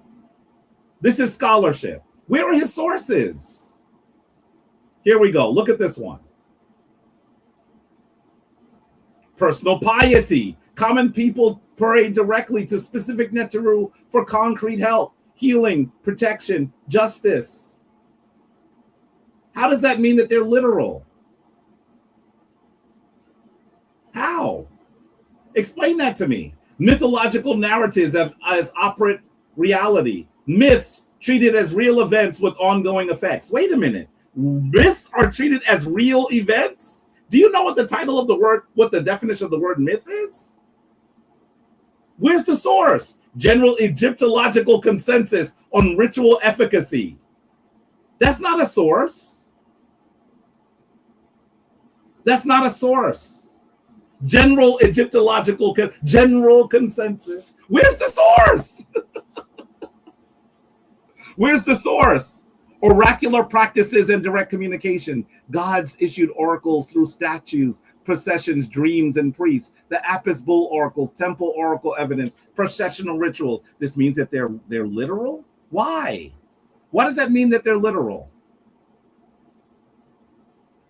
There's no source here. There's no source here. Private household and private cults. Ordinary Egyptians maintained household shrines. So do I, by the way. I have several shrines. Used amulets. Invoked the Neteru in daily life. Archaeological evidence of domestic shrines and amulets. That's the key source on the end? Where's the source? Archaeological evidence is the source. What? That doesn't, you wouldn't accept that if anyone else came on here and said that. My source is archaeological evidence. Okay, show it to us. Show it to us. Because they pray to deities, it means that they're literal. I pray to deities. Every day. I pray to deities today. Before I go live, I pray to deities. Heru Kuhuti, Ma'at Heru, Anejarek. I pray before I speak. Every day, every time before I speak, before you see me on sa.neter, the hundreds of times I've been on sa.neter, I pray before I get on. Every single time. You know how many times you've seen me? I don't get it. Then he says I want to give the audience a list of personalities or organizations that are fringe, esoteric, not credentialed Egyptologists that believe in netters as forces and principles, not entities or agents. By the way, now he wants to only look at credentialed Egyptologists. You know what he's just said? He said that Dr. Ben is not someone that you should listen to. Is Dr. Ben a credentialed Egyptologist? Was Dr. Clark a credentialed Egyptologist? In fact, of all the people that we all revere and listen to, there are very few of them that are credentialed Egyptologists. Riketia Men, Solange Ashby, Theophilo Benga. I've showed you their words. They don't agree with him. But he's actually invalidating those people who are not credentialed Egyptologists. That means he's throw away everything that Dr. Ben said. Reggie should not be able to speak Dr. Ben's name anymore because he's not a credentialed Egyptologist. Therefore, he's fringe. How dare you? That's offensive. That's offensive.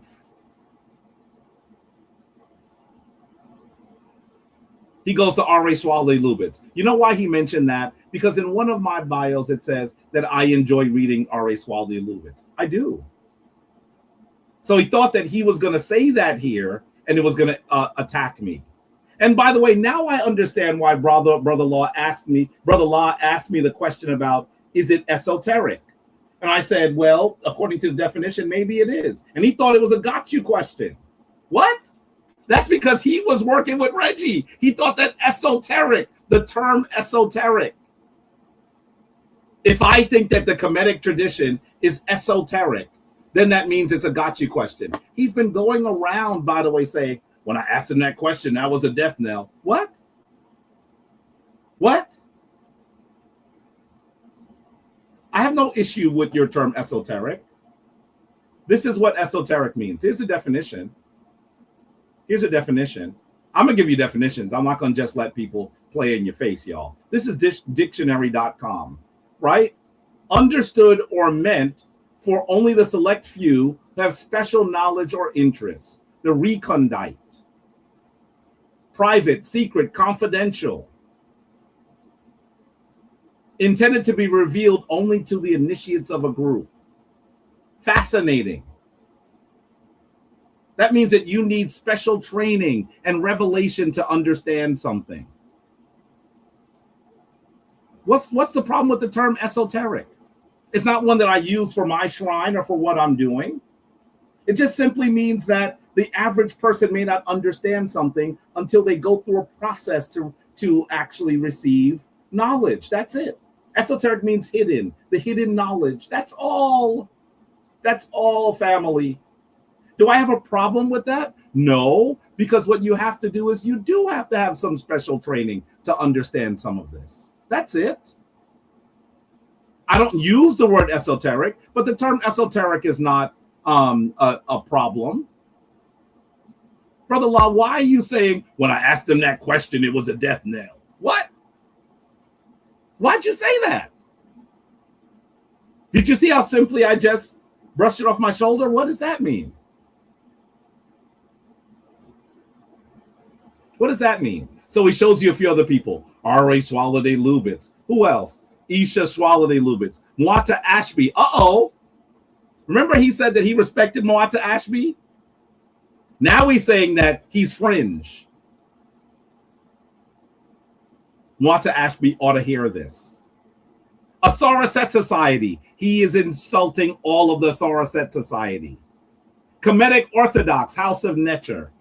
That he's talking about Samara Tuida, her group. They're mostly European practitioners of the Kemetic tradition. I've spoken to her before. I have no interaction with her. We said hello. That's it. She's not part of my shrine. I'm not part of hers. We're not part of the same system. What does that mean? And of course, you know what he's going to put next, right? The Shrine of Ma'at. Wait a minute. Reggie has no idea what we teach. Not a clue. He's never been to the Shrine of Ma'at. He's not been part of Kemetic Ascension. What does that mean? He's not aware of what we initiate people into. He doesn't know what we do in our priesthood training. How dare you talk about the Shrine of Ma'at? You have no idea. What is he saying? By the way, where are the sources? These are his ideas. No sources at all. No sources here. None. There's no sources here. You see sources? You see sources? There's no sources here. Not a one. Shrana Ptah. Of course, he's going to try to insult the Shrana Ptah. These are his slides, family.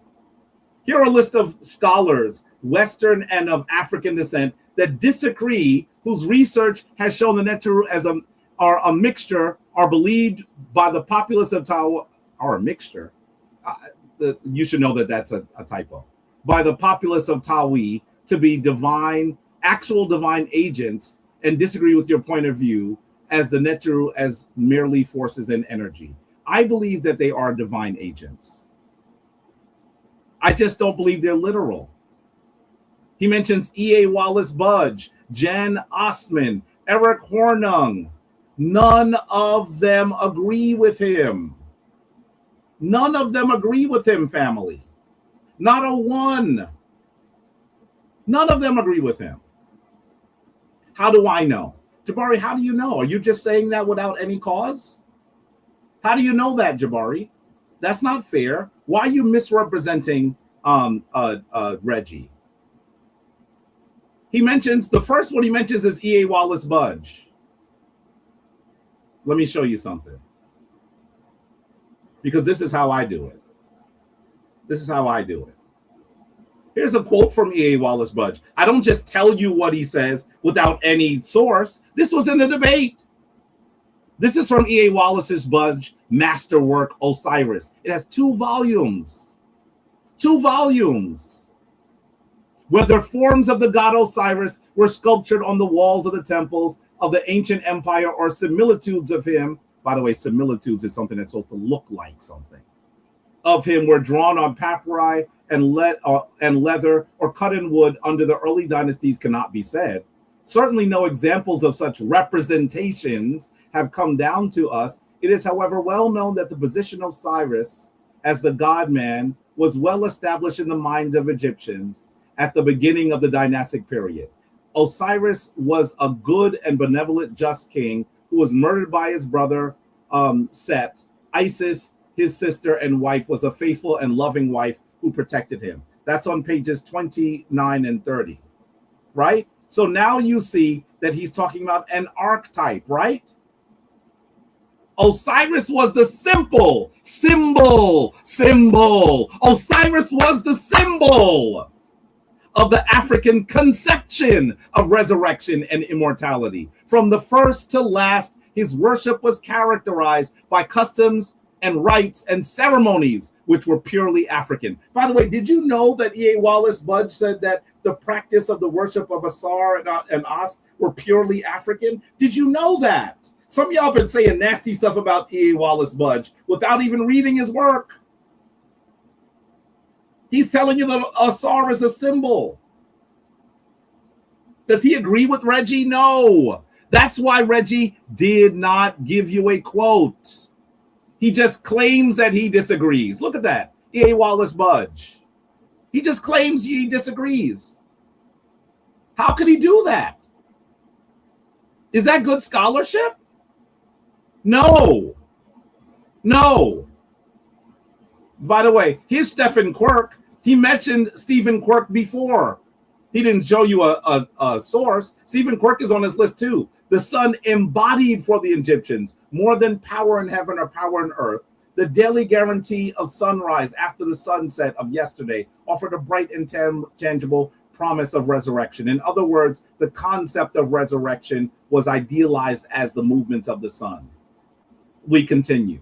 And for this region, the sun god was considered the central and original power of creation. The existence and above all the birth of the universe present every human being with an intractable problem, to which every society finds some meaning of responding. Our society provides a natural scientific theory in which there remains considerable uncertainty on how Newtonian physics and Einstein's relativity theory should be made to take into account the more complicated findings of new physicists.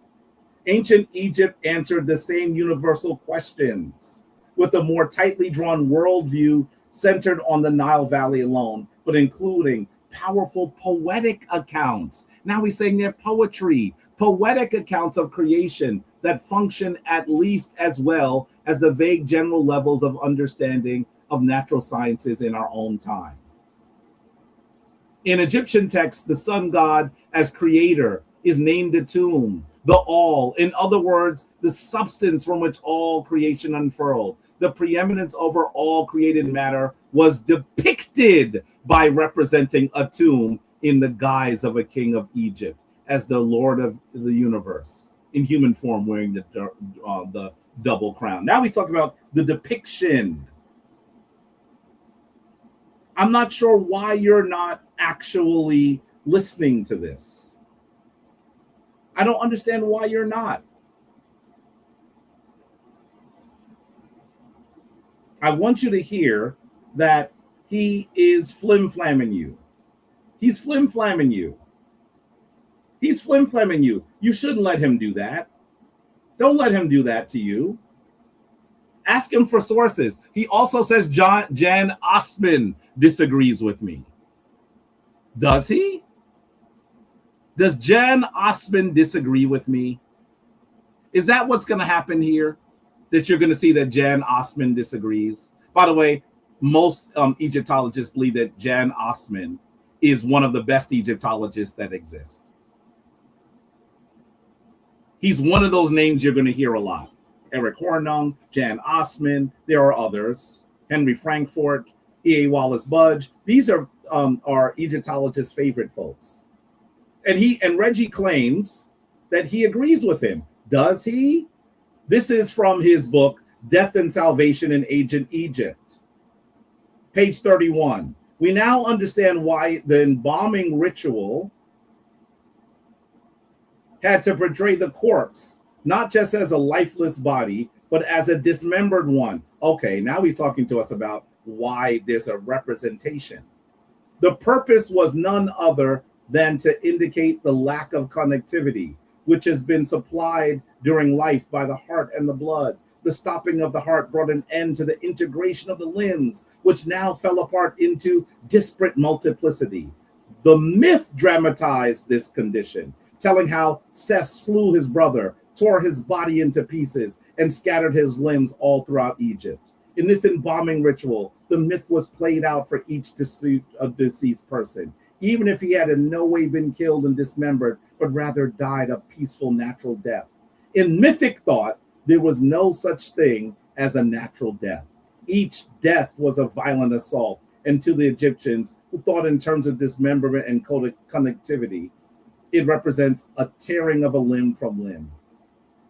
The myth of dismemberment is attested throughout the world. Now he's telling you that the story of Asar is a myth on page 31. What does he say on page 34? By the way, how do I pull these? Because I've read these books and I know that that they disagree with him. He didn't show you any sources. He just said they agree. No sources. Just saying someone's name is not a source. Keep going. Page 34. The Egyptian concept of the world rested on an unusual firm belief in the binding power of symbols. Osiris was wakened to new life, though his heart had once and for all stopped beating. His constant epithet was stated, the weary of heart, which meant precisely this: the God whose heart does not beat, who nevertheless dies. The Osirian myth, he's saying the whole thing is a myth, transports life-giving connectivity out of the sphere of the natural, physiological, and organic into the sphere of cultural institutions and symbols. Are you reading this? With the help of symbolic forms, what was torn apart was gathered back together, the boundaries between life and death. This world and the next one were overcome, yet mysteries of this connectivity that overcame death lay not in the symbolic forms, but in the love that they set in motion. The connection between love and speech was a potent connection that Egyptians knew. I want you to see that these folks that he's claiming agree with him do not. That's Jan Osman, who he says agrees with him. Eric Hornung. Did I already show you Eric Hornung? Not today. Not today. But I want you to understand that Eric Hornung doesn't agree with him either. That's the reason why he just gave you a name. That's why. Because if he gave you a real source, if he gave you a quote, you would say that doesn't say what you say it does, Brother Reggie. That's what you would say. Where's Eric Hornung? Here he is. Here's Eric Hornung. Localities in Nome may also be personified. This is from his book, Conceptions of God in Ancient Egypt, page 74. If a particular place was experienced in personal form, a personification could be created anew at any time during the historical periods. Thus, in the 18th dynasty, there appears a goddess, Knepher Nebes, personifying the Theban necropolis, whose name she bears. She is important in the papyri of the 21st dynasty, but then disappears from texts and pictures. Even so short-lived a deity as should not be called a free invention, abstraction, ancient cultures had the capacity, which is difficult for us to comprehend, for encountering their environment in personal form, for seeking the face of a deity in a number of different places, salient, or even an insignificant feature of a landscape, such as a tree or an animal. I want you to understand that these gnomes, he says, were personified. What does personification mean?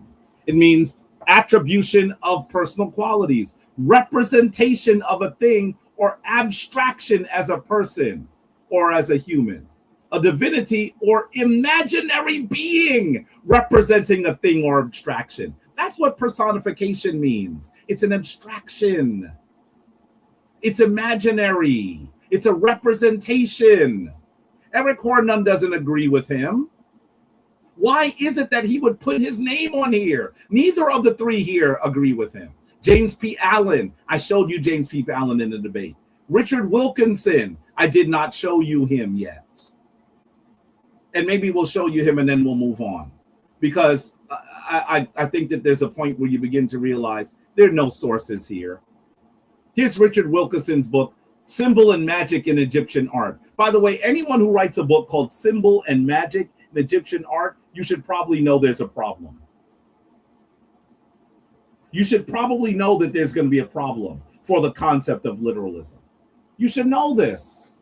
You should know this. I'm not going to read the whole thing. Let's start at the second paragraph, just for the sake of time. If we trace the development of the Osirian elements of the funerary assemblage, we find that by the Middle Kingdom, the importance of the myth of Osiris and identification of the deceased with that god meant the first protective inscriptions and later representations of deities associated with the lord of the underworld were placed upon Egyptian coffin. Isis, the wife of Osiris, her sister Nephthys, began to appear at the foot and the head of the coffin, respectively, because the body was usually placed on its side looking eastward with the head to the north. At this time, the deities soon became associated with the north. You have to understand Obviously, now we're talking about elements, Osirian elements, and the importance of the myth of Osiris. Is a myth literal? If you call something a myth, is it literal? Family, none of these people agree with him. Why would he misrepresent them? He doesn't quote them. He just puts his name on a slide. This is not a source. You can't just say, I said this because this person. What? He goes on, David O'Connor. I could show you all of these people. I'm not going to. I think you understand that none of these people agree with him. By the way, he also shows the slides and said that some of the hieroglyphs of Egypt, this is the slide he shows you from Wikipedia, are anthropomorphic deities. So he goes on for like 5 minutes talking about anthropomorphic deities. Because there were anthropomorphic deities, that means that they're literal? What? What? What? This there's no need to even argue with this. Family, I want you to hear that he misrepresents everyone. The three sources that he uses on the debate. First of all, he doesn't give you a quote. And the only quote he gives you is from Wikipedia, not from the place where it's supposed to come from. It's just from Wikipedia. And when you go to the Wikipedia source, you can see that it's wrong. It's wrong. It needs to come down. Is Jabari going to take it down? Yeah, I think I will. I will. I'll take it down. I didn't want to take it down before I had this presentation with you. I mean, I'm so confused about what he's done. Reggie, in this presentation, has no sources. He had no sources. None. If you say you have a source and the source doesn't say what you said, how is it a source? That's like me saying I have money and then giving you a bank account and the account number doesn't exist. Does that mean I have money? Does that mean I have money? No. Because he gave you a source. He claims it's there. He doesn't give you any quotes. There are no quotes. There are no quotes here. How is that a source? Family, I want you to hear that your brother did nothing in this debate. Nothing. Zero. You have to not let anyone, not just Reggie, you can't let anyone that comes before you say that they're making an argument and then not give you a source for the argument. And the funny thing is, the people who are so close to him say that they believe in sources, but they let him not use any sources. Could I get away with that? There's not a source in the debate. He gives you a name. In one instance, he says Obenga and a date. But when you read the book, it doesn't say what he says it said. Then he gives you a source from Wikipedia. You follow the link, it doesn't work. When I look at the book, because I actually had it scanned and sent to me, it doesn't say what it said. There are no sources here. Is that how we do this? Is that how we do this? If you want to rock with him, rock with him. I don't know why you would. He's showing very poor character. Very poor character. But if you want to rock with him, rock with him. But you don't have to say that he did well when he does not follow the rules of debating. How is that? How is that? I'm finished on that. I think that we've gone through enough here. It should be clear that there was nothing here. And I'm going to reiterate this again, family. I was not even going to do this until I saw what Reggie did on Thursday. I was going to I know how I did and I know how he did. And the majority of the community disagrees with him winning. There's some that, you know, some Hebrews that I've had fights with, some overzealous Christians I've had fights with that don't like me, and they're going to say whatever. Some of the Aboriginal community that I've had fights with, they're gonna just support him because it's against me, because they believe in what I call the sportification of knowledge.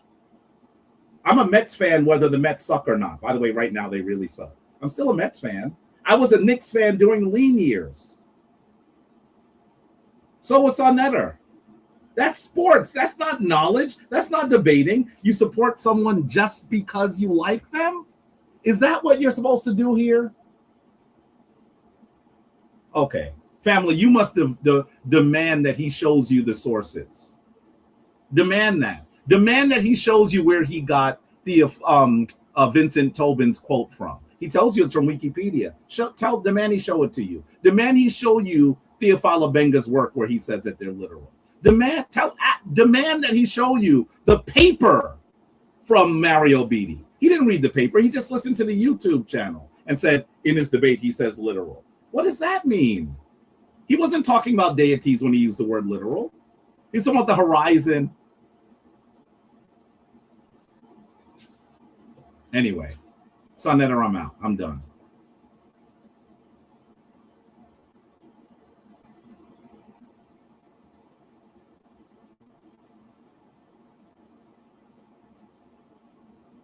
Yo, you got to bear with me, right? Because I have a mouse pad, and it's like I bought it because it was the big one that covers my whole desk. You hear me, Jabari? Yeah, I'm listening to you. And it's it's responding to the wife. I don't like the texture of it. It's like silky, and my mouse is not picking up on it. It skips a lot. You know what I'm talking about? Yeah. So I keep on like. You know, listen. I love my laptop, but I don't like the trackpad, so I get it. Yeah. Sometimes I actually use a mouse instead. I don't like the trackpad, but right. You know that I get it. I get it. Yeah. Yeah. So it's making me have to skip it and all that. Takes a little longer, right? Are you up for questions? Sure. I'm only going to be here till about 4:00. Okay. Okay. Yeah, because I actually have my really good friend, someone who's been on sa.neter, is ill, so I have to go to the hospital. Oh wow. Yeah. Okay. Good. Yeah. You know, as you was talking, I was trying to finish up my song, and so I wanna play it, but I know I'm gonna have to rearrange some of it because I got to get it to say the names right. You know. Yeah. They wasn't quoting names, so I got to write it out and do it where they spell it the way phonetically, probably. Right. So here's my new song, y'all. House of Consciousness, Soulful HOK.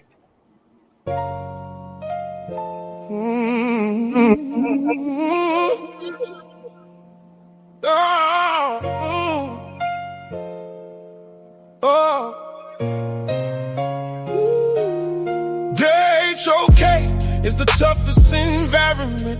Before you come in, you gotta know who you're messing with. HOK is the toughest environment. You think you're ready, you think you're nice. It takes a high requirements. You gotta pay the price if you wanna survive this life.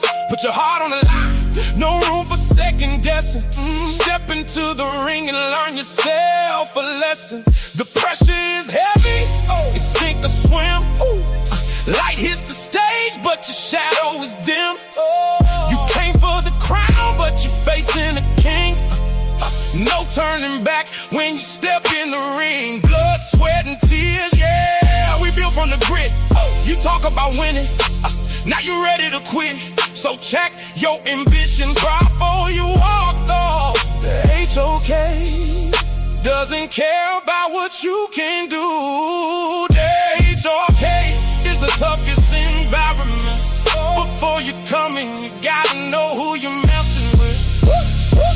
Prof. Jabari, Osaze, stepping on the stage, ain't the killer, turning up the page. I'm ready for the phase. 7 is off, and Rakufu bring the light.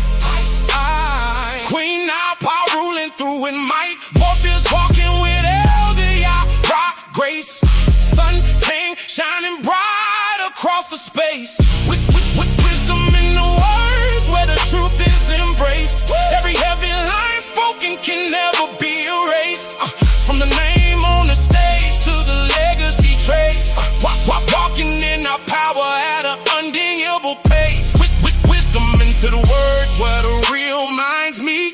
Talking jewels on the mic, legacy complete. Kim Netter in the building, wisdom always shared. Brother Ace on the line, speaking truth for all to see. Vibrating on a higher plane, locking God energy. Honor to the roots, cause we standing big and tall. And the Godfather sa.neter is the originator of it all.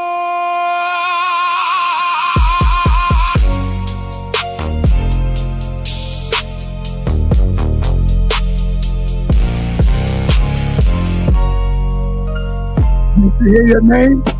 Yes, I did. See how it sounds? And they were talking about the names, but it ain't coming out right. I got to write it how it I sounds. said Osaze. Osaze here. And then when it Yeah. says I it says ice or something like that. Yeah. You probably have to write O Yeah. sa Yeah. Zay like this. Right. You see it like here? Wait, I'm typing it. You could even put hyphens in between it. Yeah. So they do it like this. Look. Osaze. Can you see that? Yeah, I see it. Let me see. Yeah. Osaze. Yeah. Yeah, that's right. Let me take a screenshot of that right quick. Yeah, that's probably how you'd have to type it. Sometimes I put that in parentheses behind my name when I'm teaching, so that people understand, what we're doing. Indigenous Black Man says, "Oh, sassy." Indigenous Black Man, that's the first funny joke that you have made in months of typing ridiculousness. That's at least funny. Yeah, That's at least funny, Indigenous Black Man. yo, I got the link in the chat. If anybody want to come in, the link is in the chat. Oh yeah, damn, you're right. I left out my captain. I gotta put I gotta put my captain up in there. And I should say, sa.neter, I wish that this would end. I don't see how it will ever end. Me and Reggie debate. You remember when you asked me initially? This is how it ends, Jabari. You done. Let it go now. I think you could just let him say what he wants. I could. After I've gone through all his slides, I could just let it go. You're right. Yeah. So that's probably what I could do. Well, but you should. You're gonna want to come back and you're gonna want to explain. But also understand that this brother, if we were talking about the topic, it'd be fine, right? I mean, we can have advanced conversations on the topic. This brother is talking about, my family and trying to get me fired, and I mean, really, come on, man, come on. For those of you who are his people, you have to challenge him on that. How in the world can you allow him to say that it's okay for him to try to get rid of my job? What, Brother La? I think you're a decent person. That's okay. That's okay. You need to challenge him on that. Yeah. All right, we got a couple of people up in the building so far. Peace, people. Peace. Oh, Breaker, what up, man? Good evening, Sa. Good evening, Jabari. Can you guys hear me? Yep. Yes. Peace, brother. Peace. So firstly, I just want to say, Sa, thank you for the work you've done in the community. Jabari, or Professor Jabari, Uncle Reggie, and Saber Tahuti. Y'all are my 3 favorite guys. And y'all are always running around, murking each other. We love it. You guys have brought so much information to the community. Whether you agree with each other or not, we all learn a lot. But I just want to ask Jabari, based on conversations that have been happening, say, over the last year and a few months, during the last few conversations that you and Tahuti had with each other, what was investigated or spoken about is the passing of our beloved elder, Baba Heru. And you were asked fairly personal questions during those conversations. You were asked, you had said that you have conversations with Baba Heru, and you had said that you see Baba Heru as a nature. Now, it becomes very confusing to me if you are having conversations with somebody who has passed on, who you have said is a nature. how is he literal or is he not literal if you're having conversations with him and he is a nature? How does that work? I would argue that what I am doing, by the way, I hope you don't think that when I say conversations, I mean, I say, hey, Baba Heru, how are you? And a voice comes back and says, I'm fine. It's warm up here in the afterlife today. It doesn't work that way, right? I'm talking about having the kind of conversation that practitioners have at their altar, that they have when they speak to someone who has passed on, and they receive messages that they interpret as coming from them. I clearly believe that Baba Heru is in dialogue with me, but it's not the same kind of dialogue you and I would have. I am communicating with the essence of an ancestor. There's a difference.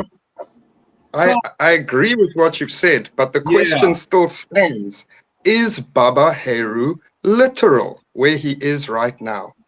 I would say that we're talking literal would mean that the literal Baba Heru is actually in a casket, right? Okay. That's the literal Baba Heru. The essence of Baba Heru is elsewhere. And I truly believe that that essence lives. We're not actually these meat sacks, right? We're the soul on the inside. But does that soul look like Baba Heru? That's symbolism. Does his essence have all of his memories? That's symbolism, right? So that's how I would describe it. When I did my tour of the Institute for the Study of Ancient Cultures on Friday, the thing that happened that was so amazing is that Queen Afua was on the tour, and after I gave the first part, she came over to me and said, I have to say that walking with you in the museum, it feels like I'm walking with sa.neter. He's with you. And I said, Queen, are you trying to make me cry before the rest of my tour? I miss him dearly. I miss him dearly. And so when she says he's with me, does that mean he's literally walking next to me? Or is she talking figuratively? That's what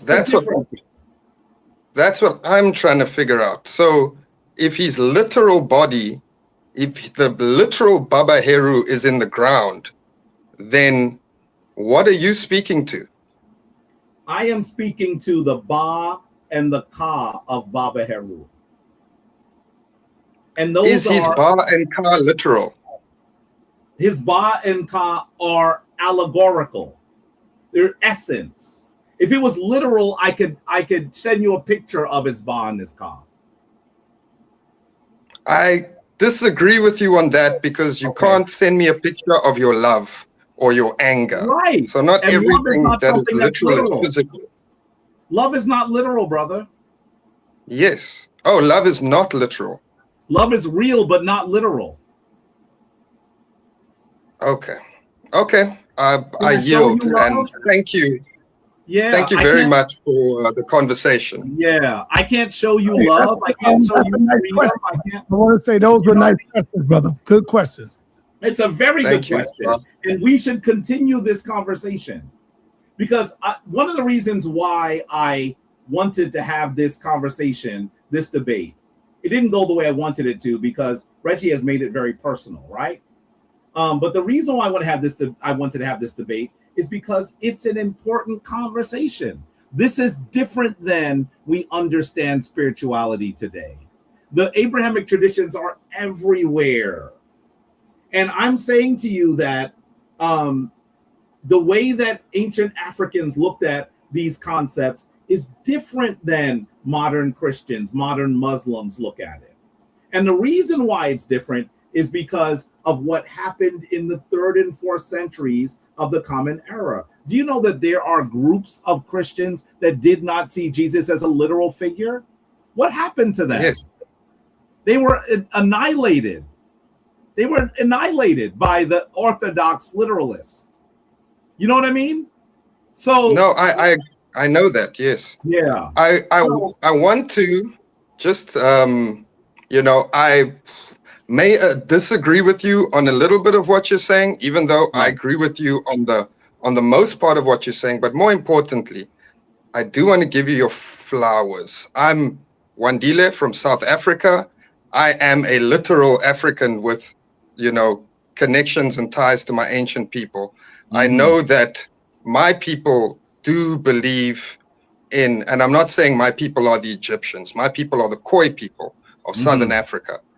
They do literally believe that some of their divinities walked this earth in human form and then became deified, like the trickster Ikagen. There's a trickster divinity in the Khoi culture called Ikagen. He was seen as a man or anthropomorphic human, but is also, and so he has a grave, he has those kind of things, but then he's also expressed as a praying mantis, a force. So there's an ancestral element to, and I'm speaking about, a divinity from my specific culture, not from Kemet. There's an aspect of this divinity that is ancestral, that is bloodline affiliated. And then there's an aspect of this divinity that is mythological, for lack of a better word. So in the vast cosmologies that exist on the continent, I definitely understand that it's not a one-size-fits-all situation. There's also situations where cultures evolved into other cultures. And so it's just good to speak to you guys. I must say, Brother Jabari, your first debate with Reggie back then is actually what got me into doing this kind of research at a much, much, much higher level. So I really do give you guys your flowers. I think you've done amazing work. You, Brother Reggie, Sa, Smash Rockwell, Tahuti, all of you guys, Ankh West, you've done amazing work. And I think maybe there's not enough continental voices watching because thousands and thousands, maybe millions of us are watching you guys. We all know you guys. You guys are famous here. Yeah. I respect your translation. I'm going to tell you that in my conversations with the Khoisan spiritual leaders, they don't describe them the way you do. I would say that. Let me say this to you. I wish because I've had conversations with them, right? Sure. I wish I could show those to you, but those are conversations that are not meant to be shown. I'm going to try to go back to them and see if we can get some of them to come on sa.neter to discuss this with you, because the Khoisan leaders describe it differently than you have. I don't know if you're a spiritual leader, but the spiritual leaders describe it differently. I'm super, super aware of the fact that the word Khoisan is a misnomer. There's no ancient people who ever called themselves Khoisan. Correct. So sometimes people who pose as leaders in our community are not leaders in our community. There's a guy who calls himself a Khoisan king. There's no such thing. Our culture doesn't have that. I don't think you should assume that they are inappropriate yet. Wait till I show them to you. Okay? I mean, I'm not dismissing them, but on the fact if they self-identify as Khoisan, there's already a huge problem in identity. I'm saying to you, you use the word Khoi. Yes. You use it. So that's why I use the word Khoisan. So sure.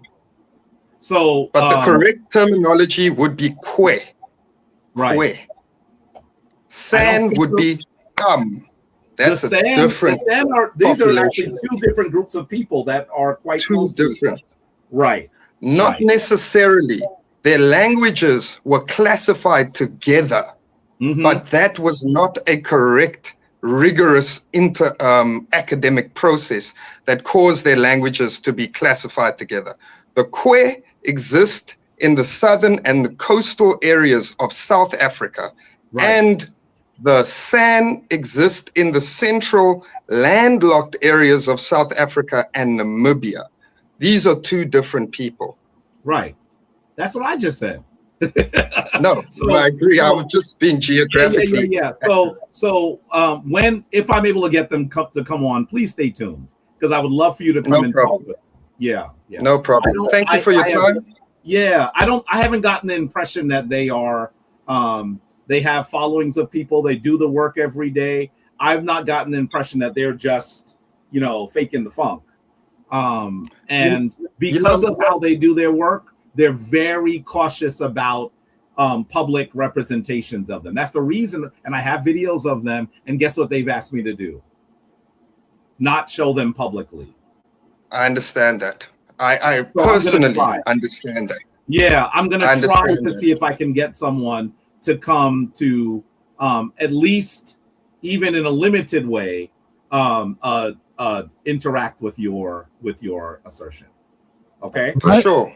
All right. I think the last thing that I want to say before going, and this is just a box that I'm going to leave there, and you can open Pandora's box whenever you want to, is that in the region of South Africa, regarding the Khoi and San indigenous identity conversation, there is an identity war being waged by the government. There is a race war to divide people.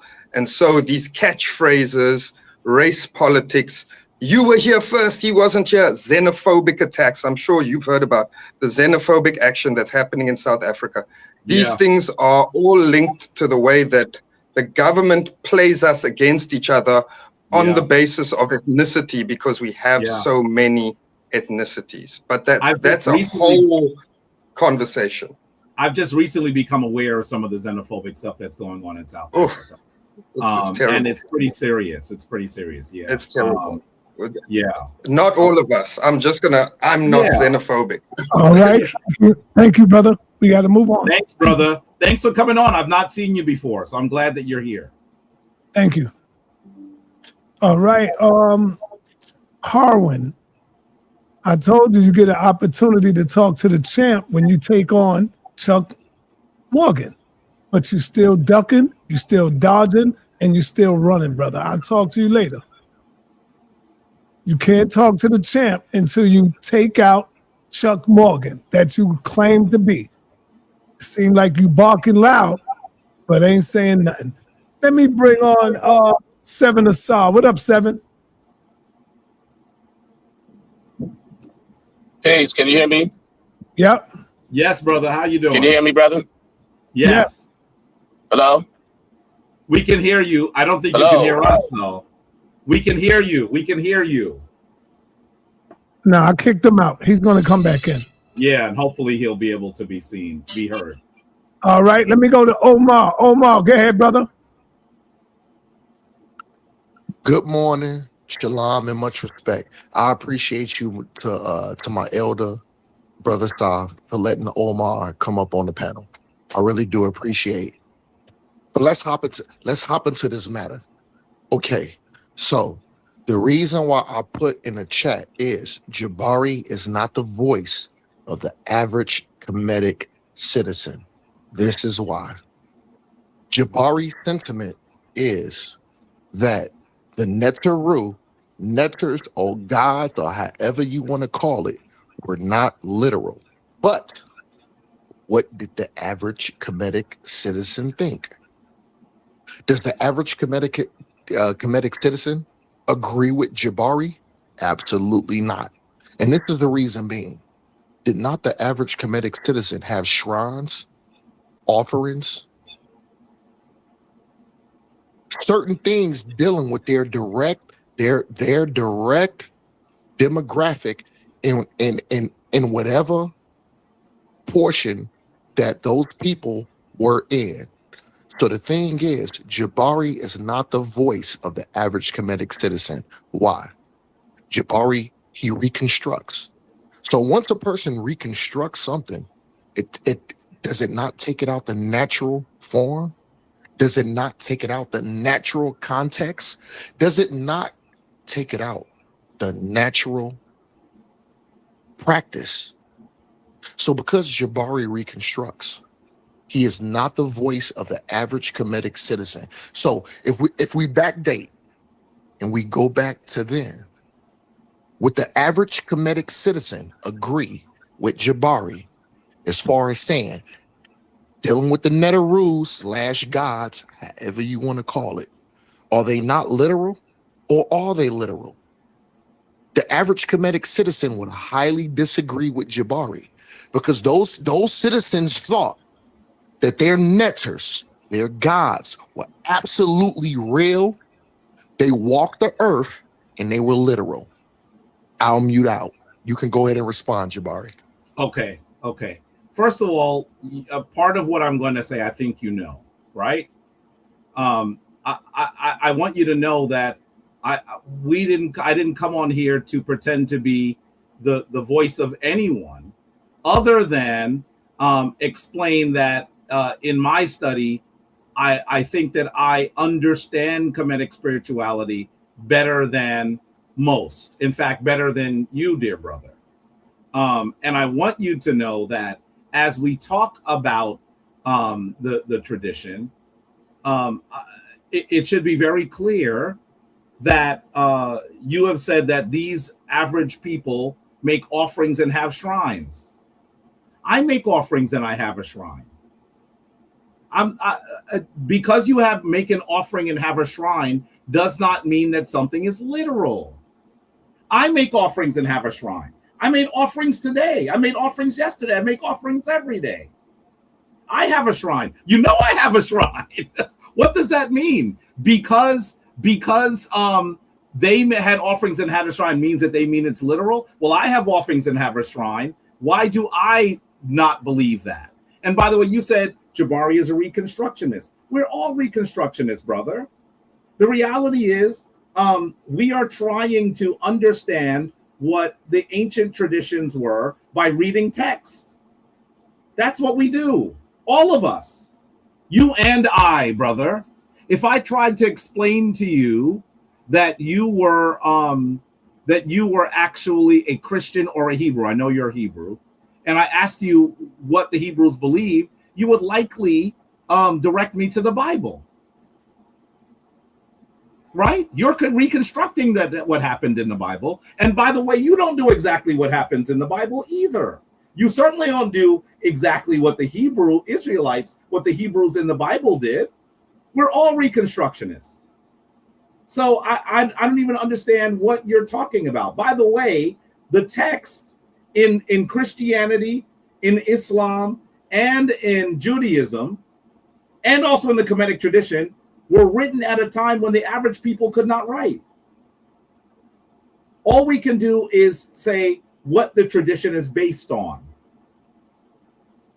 Can I speak to the average person of ancient Kemet? Not really. Can I read what the tradition was like? Yes. Can I read descriptions of what the practices were? Yes. But you're doing the same thing. You're doing the same thing. So I don't even understand why you would say that. That's not, how does that even make sense, brother? What you're saying is the same thing you're doing. Are you the voice of the average Hebrew? If you were, then you would probably also worship a goddess. So let's be clear about that. So I mean, we need to stop this average thing. Because if you think that I'm not arguing what the average people do, prove it. Where are your sources? You say, I don't believe what they did. Where's your source? What's your source? So, Jabari, that was real cute on how you tried to squirm your way up out my question. I had a basic and I had a simple question. You asked no question, brother. You asked no question. Brother Jabari, did I cut you off? Brother Jabari, did I cut you off? I'll mute back out. Let me know when I could talk. You can mute back out. Yes, please do. Please do. Yeah, I sure will. Because what you're saying is incorrect. You asked no question. You made a statement. You asked no question. You said, I'm squirming out your question. You didn't ask a question. So why don't you tell me now, what is your question? So, because the thing is, you need to put your listening ears on. And the thing is, because you don't sit on no throne. And guess what? Even you can be taught. But I do respect your credentials. Let's push the information forward. Now, if you had your listening ears on, Jabari, you would have clearly heard Brother Omar ask you. I said, when it comes to the thought of the average Kemetic citizen back then, would they agree that the neters or gods or however you want to call them, did the average Kemetic citizen, would they agree with you saying that the netters were not literal, or would they actually agree with Brother Reggie to say that those netters, gods, deities, were absolutely real or not? That's my question. Put your listening ears on. I'll mute back out. Now, first, family, if you heard him ask that question, if he didn't ask that question, type a 4 in the chat. He implied that that's what he was challenging me on, but he didn't ask a question. He made a statement. And he says, I should put on my listening ears. What? You didn't ask me a question. You didn't ask a question. You made a statement. Listen, Jabari. So now you're asking a question. Jabari, Stalakia. I have to ask you the question again. Let her finish, please. Now I'll answer your question. The average Kemetic citizen. Brother, wait. You're not going to control the conversation. Yeah, go now ahead. I'm going to answer your question.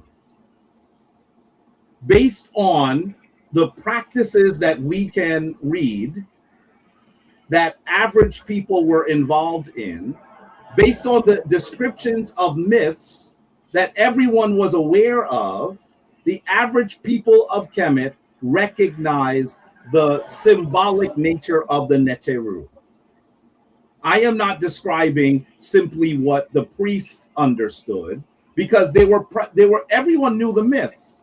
How did they know the myths? Did they read it? No, they didn't read the myths. The myths were enacted for people to understand. That's how I got Good, it. honey? All right, bye. But peace, Jabari. Peace, everybody. Peace. Yeah, hey Jabari, you can't waste your time with this dude. He come on, man. He think that Jesus was literal.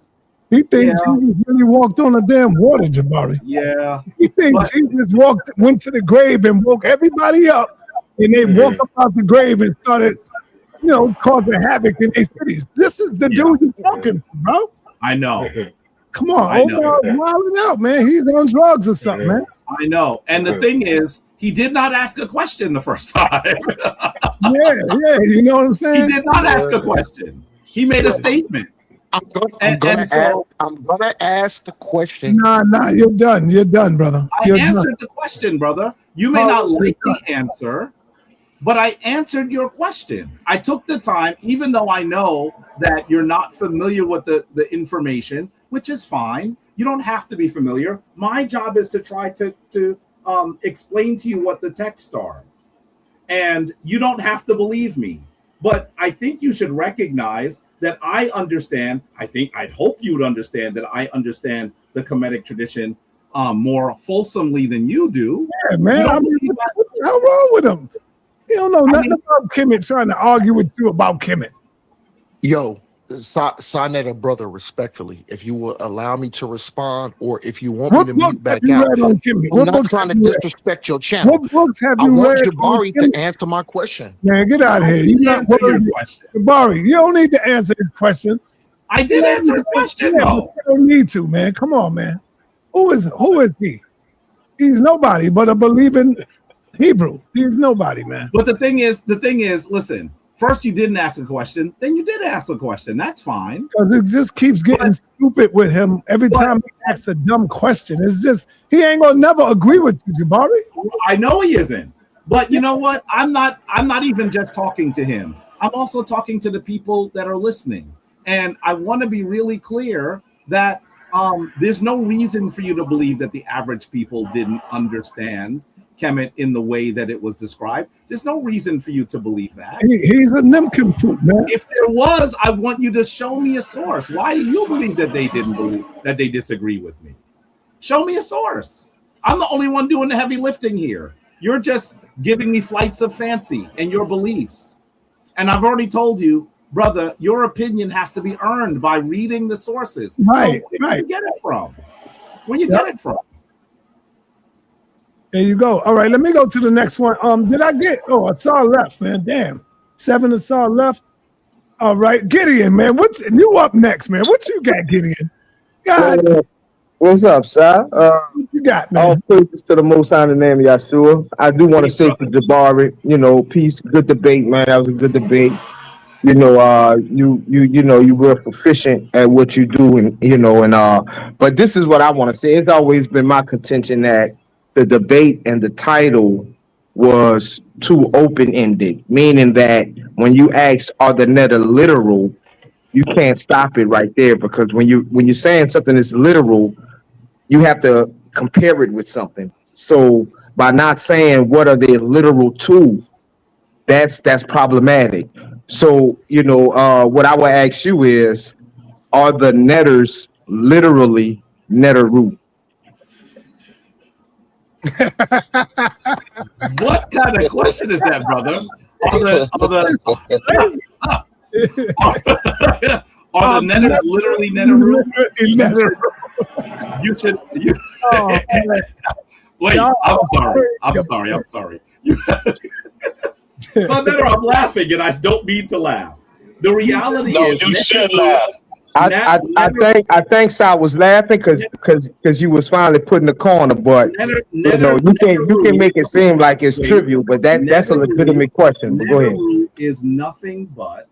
netteroo is nothing but the plural of the word netter. right. So if you say, are the netteroo literally, are the netters literally netteroo, you're using an English derivation of a word, netters, and saying is the same as the plural of the word netteroo. The answer would have to be no, brother, it is not. What? I'm not sure what else you want me to say, but So the netters are not literally netters.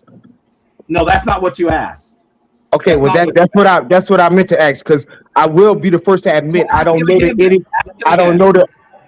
the idiosyncrasies of the language, but I think we can have that conversation, because you being somebody that don't know the metal netter fluently, you won't disagree that you can't have a conversation with someone who does.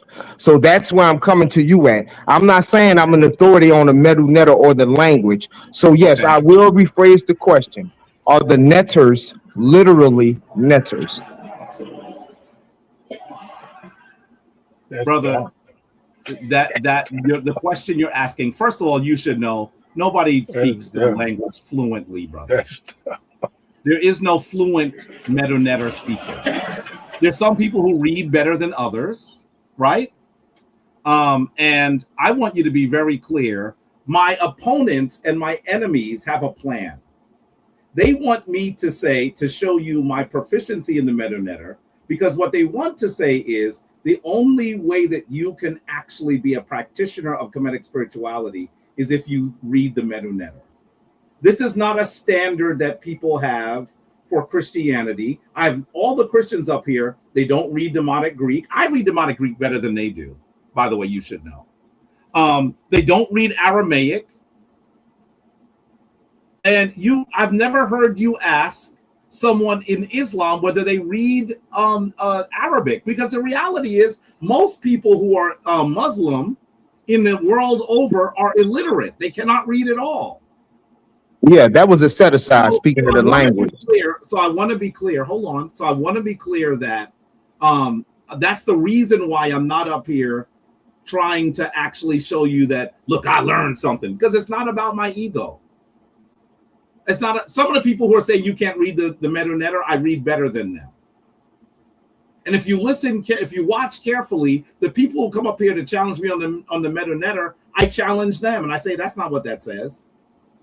In the debate, Reggie tried to say that a woman was the president. I said, brother, that doesn't say president. Show me where it says president. So I want you to be really clear that the reason why I'm not doing that is because I have a bigger opportunity, a bigger responsibility. I am trying to make the Kemetic tradition available to anyone who would like to have access to it.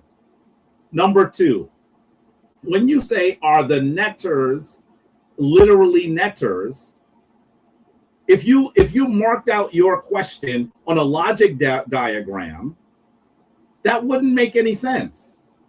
Exactly. That would be like asking, are dogs literally dogs? Wait a minute. The question you've asked doesn't make sense. Right. That'll be like asking, are dogs literally dogs, right? Hold on, brother. The netteroo are allegorical descriptions of the powerful forces of the universe. It is that simple. The average people understood that, and the priestly class and literate class understood that. There So are what over you just 1,500 described, Jabari. There are over 1,500 described neteru. And I even in the debate showed you that you might argue that there are 3 exceptions to that rule. I showed you that in the debate. Why? Because what I'm doing is teaching. I could have just not said anything about that because it would help my argument, right? But part of what I'm obligated to do is to teach. So when you say, are the netters literally netters? The answer would be no, no, no, and no, because it's a poor question. So Jabari, hold on, Jabari, because this is what you like to do. You like to dance and you like to, Alderman Davis with the rhyming words and you fooling the. So this is what I'm asking. Would you have a debate titled "Are dogs literally dogs"? Are dogs literal? That doesn't make sense, right? Are dogs literally dogs? No. Are dogs literal? First of all, you should understand, if you were arguing are dogs literally dogs, you could argue that, but it would actually be perhaps it would be like, wait a minute, wait, brother, you asked me a question. No, that's what I'm saying, because you're not. I said something. I had to rephrase it. I rephrased it. That's what I'm saying. I'm just stopping you, Jabari. I rephrased it. The title would be. Go ahead. It would be just like the one you. It would be just like the one you and Reggie had. Are dogs literal? You see how that doesn't? Wait a minute, brother. Go ahead. Brother. When you say dog, are dogs literal? The answer would be yes. But of course, could you find some dogs that are symbolic? Sure. But generally speaking, when you're talking about a dog, I mean, I've been a dog owner. I had dogs. You know what I mean? Are dogs literal? Yes, brother. The answer is yes. All right, thank you. So dogs are literal and netters. Okay, I got you, bro. That's okay. All right, Brother Jabari, we got to understand that we are dealing with babies that still have a diaper on, and they got a little mess up in the diaper. You know what I'm saying? So they're going to mess around and get chased. You know how the mothers used to do. You got to change the diaper or y'all going to get chased, man. You know? Come on, man. That's what we're dealing with. Ashe, you on the mic, man. Yeah, first of all, peace, Jabari, man. It's 4 p.m., so I can't be here much longer. Okay? All right. But I'll try to answer the folks that are here or talk to them. Mm-hmm. Yeah, just quick question, man. Because I want to piggyback a little bit off of Gideon said, and I really want to kind of like reword it. Because we do see things like and I think Reggie even tried to pull this one up. Terra Nature, right? And you would see Terra Nature he has netter within the name, and the average guy you see netter within the name and say, "Well, that's a netter. He's literal," and they think that that's that. But okay, but I want to be a little bit more specific. In the case of the Nefer or Nefer Necher, I think it's Nefer Necher, when referring to the Nesut bit.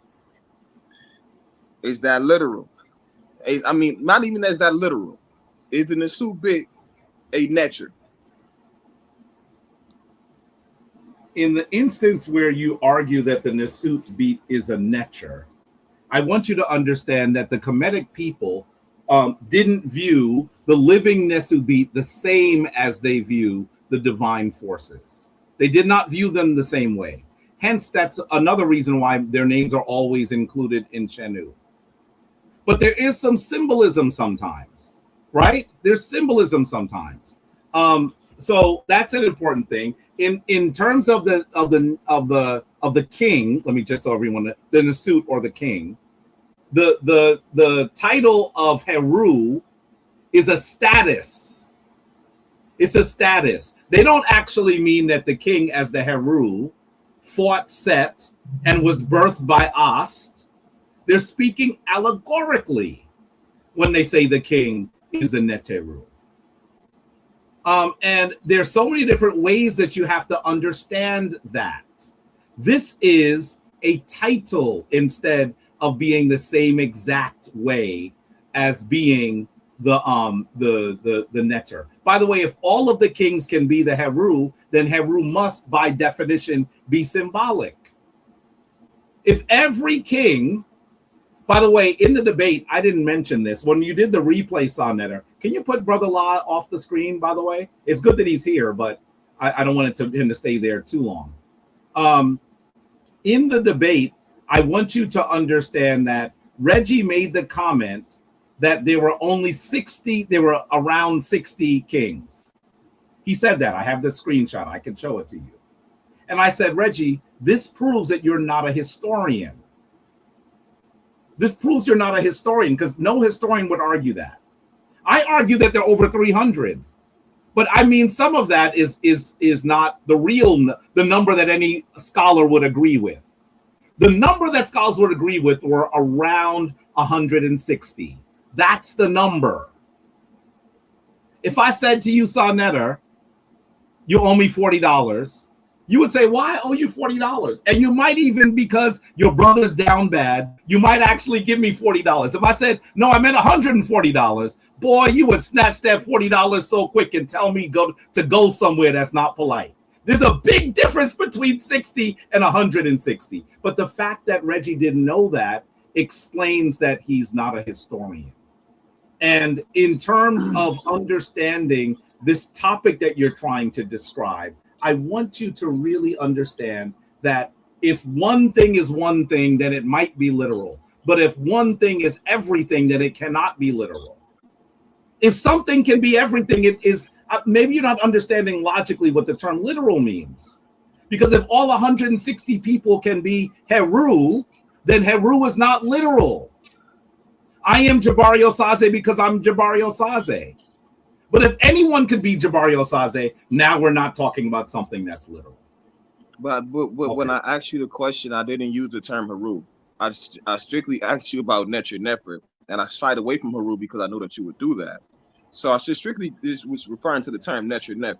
Is it utilized and referring to the Nesubiti? Is it utilized and referred to the Nesubiti? And in the eyes of those people, was he a neter? The answer is just yes. The answer is, I mean, one second. The same answer, brother. Wait a minute. The answer is, what's going on? The same answer I gave you was the y'all same. can't hear me? I can hear you. The same answer is I'm moving quickly because I have to leave soon. So I want to answer what you're saying. Okay, go ahead. You took a lot of time with the Hebrews. And I apologize that I interrupted you. Let me apologize. I'm interrupting because I also know I have to go to the hospital, right? But I want you to understand, most of the kings were listed as neter nefer. If all of them can be neter nefer, then it means something a little different than you're making it sound. By the way, neter does not. Most people who read the Meta-neter, if you even ask Raketia Men, Mario Beatty, Mfundishi, it does not translate well to God. Mfundishi said very clearly that it's not God, right? And the other thing you have to understand is you say deity. I don't say that. I know, but I'm saying it doesn't translate well. We're using some crude language, brother. I get that you didn't say that. I understand that. But virtually all of the kings have the title neter nefer. So if they all can have that title, then how could they be the neter neter? But the part that I want people to also understand is neter translates to more than God as well. So when you say neter neter, the people who don't read the language will think you're saying that they're the good God. It might be translated that way, but it's a really crude translation. Can I say something real quick, sa.neter? Let me see if he's finished his question first. Okay. Well, I think he froze. Is he frozen? Yeah, he froze. But you know what you gotta do? You know what you gotta do, Jabari? I'm gonna try to make something, right? I gotta make an AI with you, Jabari, holding somebody by the collar. Remember Muhammad Ali? When he said, say my name, they didn't want to say his name. I got to make him say your name, Jabari. What's my name? Bang, come on, what's my name? But anyway, we got Brother Lai here. We got it before Jabari break out. Brother Lai, you got the mic, brother. Brother La. Oh, He man. left, I think. Hold on. Damn. I wanted to speak to Brother La. I did. Yeah, go ahead, Brother La, right there. Go ahead. Okay. Brother La, there's a few things I wanted to ask you, brother. First of all, I wanted you to acknowledge as someone who was in the room because most people weren't. Jabari, Can you? Jabari, Yes. first and foremost, Hotep, brother, how are you doing? Hotep, brother, Hotep. I said peace to you when your face still came on the screen. I'm sorry that I'm rushing. I apologize. I'm being a little curt right now because I'm rushing, and there's people I want to talk to. Right? I wanted to ask you, brother, if you could confirm that very often during the debate, Brother Reggie left the room and did not see what I was presenting. Can you confirm that for the family? Yes, Reggie did get up a couple of times and Okay. walk to the bathroom, or he walked to the back of the room and went outside to get some air. Or even outside. Yeah. Okay. Yes, Okay. he did. And I also wanted to ask you, Brother La, I don't even need your answer to this because I don't want to put you on the spot. I want to speak to you brother to brother. You have to admit that what he's doing is without character. He is actually arguing that because I would argue he didn't do well in the debate, that his now what he's trying to do is get me fired from my job. As someone who is his friend, you have to say, Reggie, what are you doing? That's inappropriate. Because I think that some of the folks that are near him are not saying that. And then other people were in the chat who don't know him, who are they just got popcorn. They like to see the conflict. But as someone who actually knows him, I know that. Yeah, I know that. That's why I'm gonna keep it 100% transparent, and this is why I said from the beginning, during the debate, while me and you were having a conversation, as well as me having an interactive conversation with sa.neter, beyond getting the information from both of you brothers, was informative on both ends, and primarily my main objective, what I said from the beginning, was for the information. right. Did I not state that? Sure, you did. The narrative that sa.neter is drawing to move the algorithm and to get likes and giggles from folks is this: I'm being used as a pawn for economic gain. I don't agree with it. I don't like it. But in the same token, what I'm going to say is this: the stuff done on your end as well as Reggie's end, the messiness, I've stated from the beginning, I don't like it. None of us, including myself and other people, didn't come for that. We came for information. Nothing more. All right, hold up, Jabari, because he said my name. It's going to be real quick. Yeah. Brother La. Yeah. You know we love you. We respect you, brother. But from the very beginning, you've been on the side with Reggie, and you've been saying that, but we know different than that because look at the question you asked Jabari. And the minute you asked Jabari, the question, you started bragging around to all the people, yo, you see the question that I asked Jabari? And that's what I'm going to stand on as well.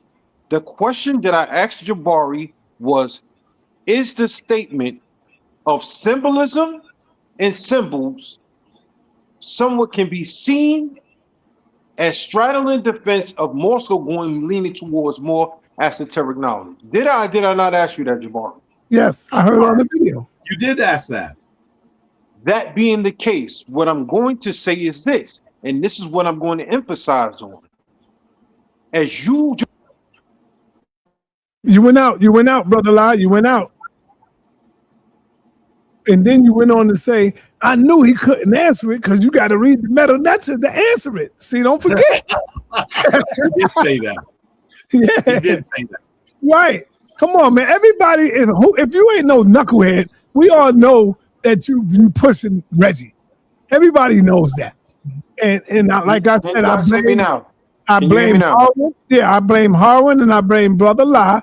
And I blame a lot of other people, the Hebrews and all of that, the Christians, for putting that big AA battery in Reggie back, man. Yeah, the D battery, I mean. What I'm saying to you, what I'm going to say to you, because I see a lot of people are saying in the chat that Brother La won't correct him. Brother Reggie is a man and a Yeah, but human that's being your just like friend, though. Jabari is. But that's your I've friend. been saying it. I've been saying it from the beginning. From the beginning, I can interject and say that I wanted them to squash. Did I, Jabari, or did I not emphasize for you and Reggie to squash it after the debate? Yes. Or try to get your brothers to have his handshake? Wait. I think you're doing something a little slick, Brother Law, respectfully. Right. The reality is that you know that I have been trying to squash this beef with Reggie for years. I did it in public long before I tried to do it in private. And I know, Brother Law, you are aware of it. I know you're aware of that. I've been, in fact, when we confirmed what the debate topic was, Senator Reggie and myself were on a private chat on StreamYard. And I even said, after we discussed it, I said, brother, we need to squash this. We don't have to be friends, but the animosity is not healthy. And Reggie agreed. No, we can't do that. I'm going to go on future behavior. What? That's what he said. And the thing is, I didn't even know it was being recorded. That was what I always do. I approached him at a funeral and said, brother, you see how we're not beating up each other? This is how it should be. And he looked at me in the eyes. He said that this can never be. This is not like Jabari and Reggie have to squash this. When you do that, you're misrepresenting what's happening. You saw, Brother La, now I'm getting upset. You saw that even a Ghanaian chief tried to get us to take a picture together and he refused. He had to cajole him to get him to take a picture with me. Do you know that I have that picture? I have the picture. I'm the one that took the picture. Wait a minute. The worst that I have done is only in response to what Reggie has done, and I've joked about him.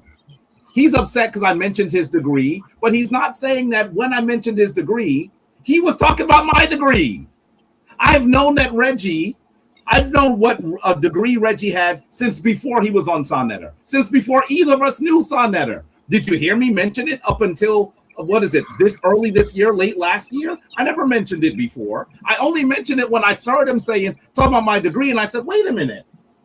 He's perpetrating a fraud, like he has some education that I don't have. It's the only time I mentioned it. And so I also said that he asks incessantly for donations. Honestly, brother, that is true. That is true.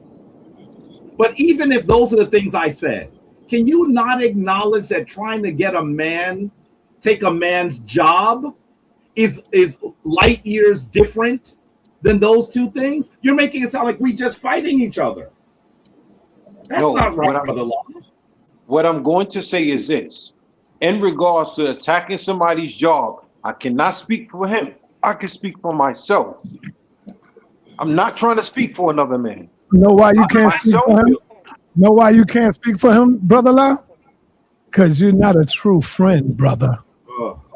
You're not a true friend.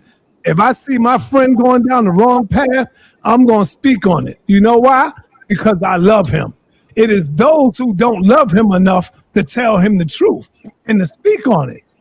And then especially saying peace and blessings to all you and your families every time you come on. That's what peace and blessings mean, brother. It means that you will give your brother the true blessing, brother. sa.neter, you really trying to draw this narrative right now, aren't you? I'm just keeping it realism, brother. Nah, it's not realism. Yes, it's it not is. realism. Because I'm not going to see my friend go down the wrong path and do something crazy like that. That means I'm a part of it. I'm down with him. I'm down with him. Can the rest of us go before Jabari got to go and he don't get to us? Yeah. sa.neter, we could go. Yeah. I wanted to say something. Can't believe you really just trying to do that. Hold on. Let La finish, y'all. La got to finish. He don't get it. Brother La don't get it, man. I'll let him finish. I would let him finish. Okay, go ahead. Yeah. I do get it. I just walked in. What you're trying to draw a narrative for these people to see is this. That essentially I'm coinciding with everything that Reggie is doing in regards to possibly going after his job or anything other than that matter. No, I'm not talking about the job. That's not what I'm talking about, the job, brother. I'm saying, yes, you are definitely coinciding with that if you're not speaking on it to him, not to us in secret. Because hold up, because this is your brother. So if you're not talking to him on the side, like, yo, brother Reggie, I don't think you need to go down that path. If you ain't say that to him, then what good is you helping him, brother? You allowing him to make mistakes. That's your brother. If I could stop my brother. Is he not your brother as well? Brother, ask Reggie how many times Is he not your brother as well, sa.neter? Yes. But ask Reggie how many times I tell him in secret between me and him. Ask him. He'll tell you. I talk to Reggie. The same thing if I would do it with him. I do the same thing with Reggie, and Reggie says respectfully, and I'm going to tell you exactly what he said. Respectfully, La, I know how you are peaceful and this and that, but please, in regards to this between you, me and this man, stay out of it. And then you're supposed to say, I'm not going to stay out of it. It don't sound like you stayed out of it, brother La. I'm not going to stay out of it. It don't sound like you stayed out of it, brother. Reggie told me that, brother La. And I'd be like, nah, brother, I'm not staying out of it. That's wrong. You got me in the middle of both of y'all. Both of y'all are my brothers. Both of y'all. Sa.neter, this narrative that you're drawing right now, trying to draw this imagery out, is the same analogy that was drawn between you and Jabari, and I was implementing it to it. And I vowed to you as a man, I would never involve myself in it no more. It's messy. It's messy on both ends. I've stated that from the beginning. Okay, can I say this? Can I say this? Let me say this. When I'm not trying to play the games with y'all. Hold on a second. When I said that you should talk to him, I said you don't even have to say anything publicly, because I'm not looking for you to say something. Right. I'm saying, listen, brother La, I need you to understand that this is a needless escalation, and if it goes down this road, it's going to be really bad for him. Speak to him. It's not going to hurt me. It's going to really hurt him. And not only is it not going to I'm not going to even talk to you about why it's going to hurt him, but I want you to also understand that when someone does something that you disagree with, you should step in. Do you think sa.neter has never said, Jabari, I don't think you should do that? You saw him do it all. Listen, I was getting cursed at by a dude in Vegas, and you saw on camera sa.neter say, listen, just apologize. Right. I apologized. Even though did I want to apologize with him? Did I want to apologize to WAC 100? No. No, you didn't. My brother sa.neter said, listen, please just do this. He's the one that brought me out there. And I was in public. Yeah. And Jabari didn't want to do it. I did not. I didn't do anything to apologize for. Yeah, he didn't let his ego get in the way of that. Man, so I'm just saying, you don't have to say anything, brother La. The only reason, if I wouldn't say this to you if I didn't think you were a decent person, I wouldn't. Me neither, I would not say this to you if I didn't think you were a decent person. I'm saying, sa.neter, you already explained exactly what your stance is, sa.neter, and how you trying to draw this narrative. I get it. I get what you're trying to do. For me to engage into it anymore. What am I trying to do, brother La? Oh, come on, sa.neter. Brother La, your ass is 6'8", bro. 6'8", weighing 200 and something pounds. I'm 5'7", bro. What are you doing? You think I'm trying to run into you like that? Come on. What are you talking about? Come on, brother La. I just keep it real. That's it. I just keep it real, bro. No, it's not being keeping it real. Yes, it is, man. Yes, it is. Okay, so let's move on. Yeah. And let me ask you, brother La, why did you say that in order for me to understand whether something is esoteric or not, I had to read the language? That was a strange comment. Why would you say it was a strange comment, Jabari? You could take me over the big screen, son. It's not what does esoteric mean? What does esoteric mean? Hitting. Something that's hitting. Wait, I want him to tell me. What does esoteric mean? Hitting. You have to have a certain aptitude of school of thought and studying and things of that nature to decipher something. Right. You know that as well as I do, Jabari. And what was my response? You said If you're leaning towards it being a little esoteric, I can agree with you. Well, that's not a direct quote, but I said I don't use that Jabari, term. come Listen to on, what I said. Jabari. Listen to what I said. I said, I can play it. I said, I don't use the word esoteric, but if you're talking about something being hidden, something being beyond general knowledge, then yes, it is esoteric. That's what I said. Okay, brother. What does that have to do with the language? Brother. That's a good one. That's and right. I want you to also understand, Brother Law, you and I will sit down one day in private and I will show you exactly how proficient I am. I'm not going to do it here. Why? Because I have a bigger aim, an aim that is so large that 200 years from now, what I am planting will still exist. Look forward to that. And what the brothers who keep saying this are doing is they're trying to kill a baby in the crib. I don't want it to be killed. That's the reason why I respond that way. Because I have a bigger responsibility. I understand. But for you to say that because he don't read the language, he doesn't understand esoteric. What? That don't make any sense, brother. All right, let me go to the next one real quick. Kim Netter. Let's go, Kim Netter. Peace, Jabari. I know you've seen at least some of what Reggie did on the people of Dahomey, right? So, and I know you've seen how wild he was. He's calling them women out of their names.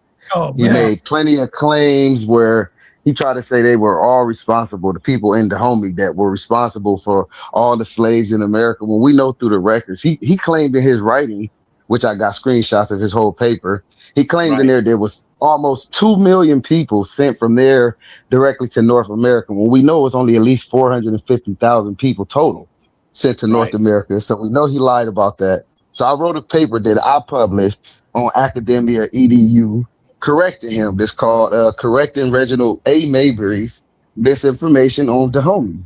So you should check that out. But I wanted you to respond to how he's misquoting Raketi Amin when she say people are called netter or referred to as, or they seem to be, and things like that. People trying to say that she's not saying what she's saying when she's using qualifying words that let you know that she's saying it's not literal and separating them from them. He's trying to say that I'm bashing her. I'm agreeing with what she's saying and how she's using it. I don't agree with what Reggie's saying she's trying to say and how he's using it.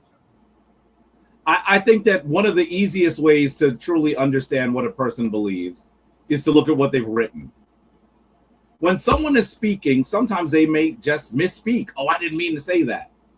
But when you actually get someone to write something down, this is something that they have actually edited and printed. And the process of editing and printing something is much more rigorous than just sitting down for an interview, right? So, yeah, I think that it should be very clear about what Raketi Amin argues. It's a book that Reggie does not have or has never read. And so he makes a lot of errors about Raketi Amin, tons of them. And he misrepresents what she's saying. She says that the Neteru are all of existence. He says the Neteru are existence. That's not what she said. And that qualifier actually changes the meaning of the word. He does that a lot. And I did see of all of what he did. You should know that, I don't know if you saw, I think you did see this because we communicated briefly. I was at a conference, so I couldn't actually say more. I actually wrote something on the video, under his video. So you should go and look at it. I know you've seen it. I'm saying everyone else should go and look at it. He makes a lot of errors.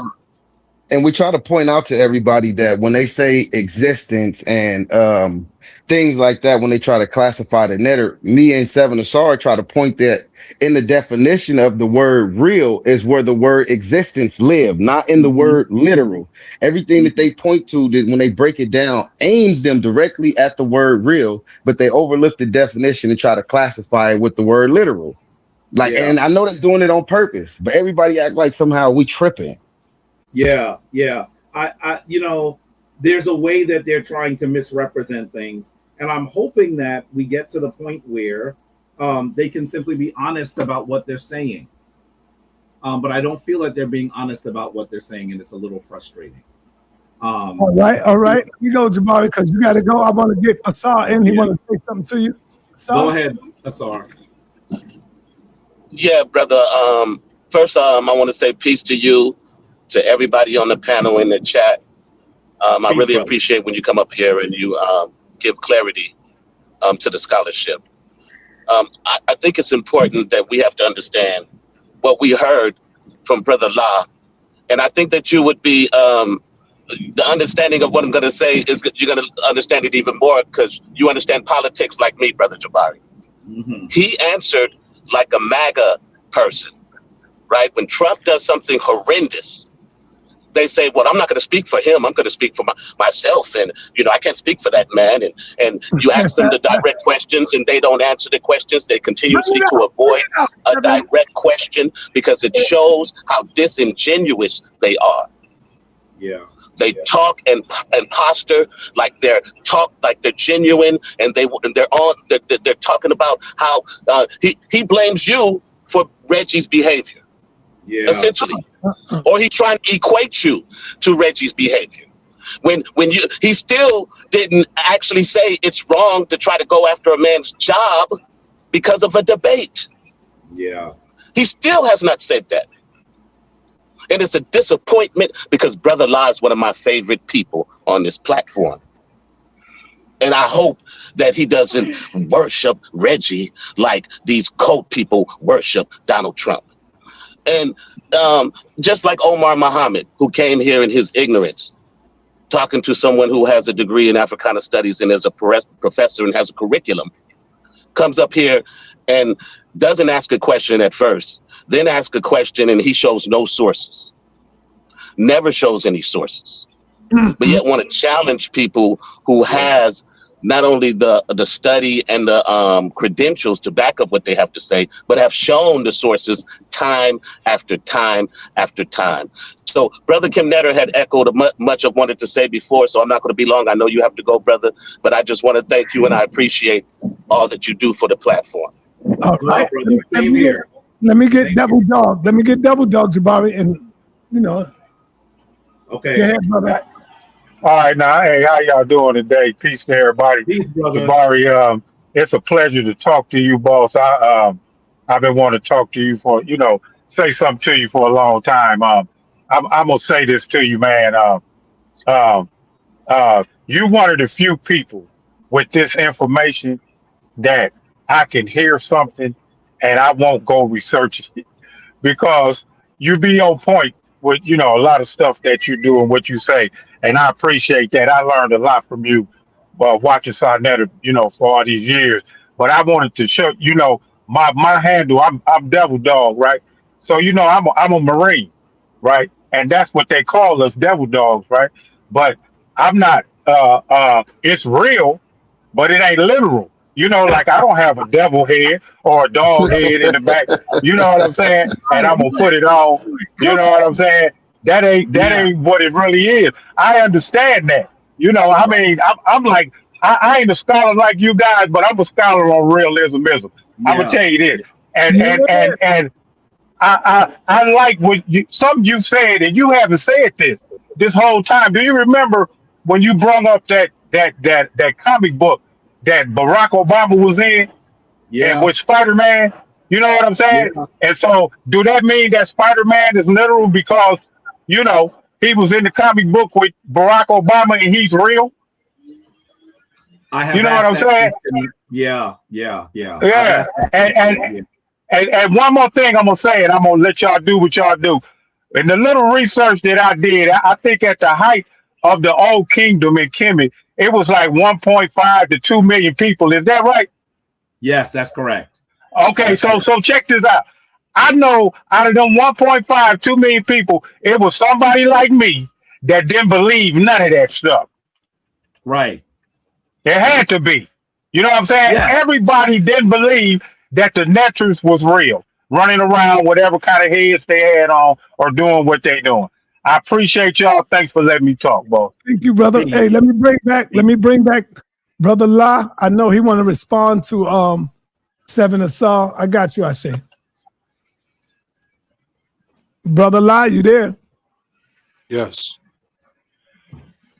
What I'm going to say to Assault 7 is this. It's not no mega, none of the above, brother. What I'm saying to you is this, and I'm going to say it again clearly. I don't agree on both ends what Reggie may have done and still doing, as well as what happened with Jabari during the debate. I don't agree with the messiness on both ends. I don't care about the messiness. I wanted information, nothing more. Everything else, I don't care about. It's messy and it's nasty. I've been saying that from the beginning. You know what you're doing, Brother La? You're doing the same thing that people did to me. They used to do to me. And that is, they would bang on me every day. They would talk about my daughter. They would talk about my wives. They would go in on me, talk about my family. And then when I fire back, when I get fed up and tired of it, and I fire back, you know, they say, sa.neter, you ain't got to do none of that, brother. Why is you responding? Why is you responding to that? Because you got to make it clear, especially when they start calling you a predator or a child molester. You got to clear that up, brother. And so Jabari have a right to clear that up and clear his name up when he's being attacked. You know, And Reggie come on, don't have that right? brother. But you also didn't say he was wrong. You just said you didn't care for it. You didn't say he was wrong. You said you don't care for it. Yo, man, see, I got to stop when I'm talking. Reggie have all the right when somebody, hold up, Reggie have all the right when somebody's assaulting him and attacking him. But Jabari is not the one attacking him, bro. You know how long it took for Jabari to respond? How long it took? Brother La, see, I don't think you was here. I don't think you was here when that started, brother. Do you know how long it took for Jabari to just even respond to Reggie? Just like me.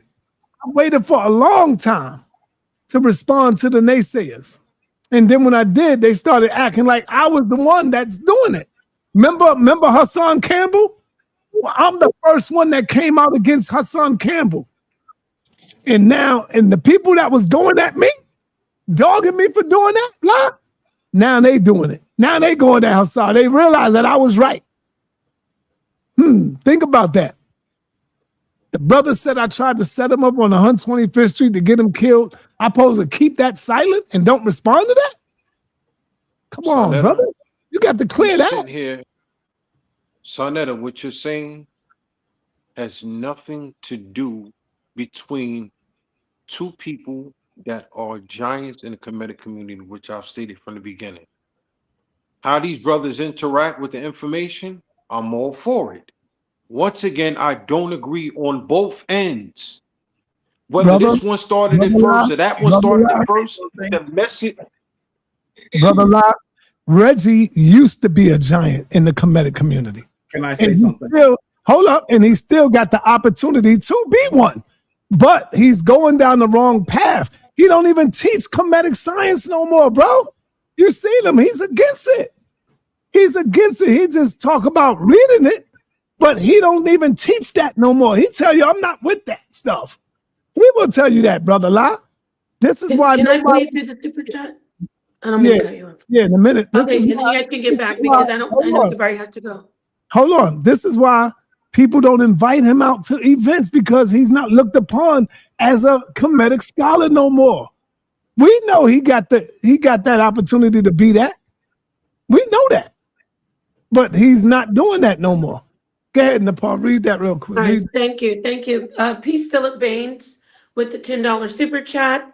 He says, I don't want to derail the trend of the conversation, but can Brother Jabari give clues to a systematic study of the Kemetic culture? Thank you. All right, I'm going to go. Oh, I thought you was going to read them all, but that's good. You can come back later and do that. Give clues to the systematic study of Kemetic culture? I'm not sure. Are you asking for which books you should read? Is that what you're asking? Philip Baines? Yeah, Philip, good people. Yeah. Because listen, I'm going to tell you that I often, if you watch Kemetic Ascension every other Sunday, you're going to see that that's part of what we talk about.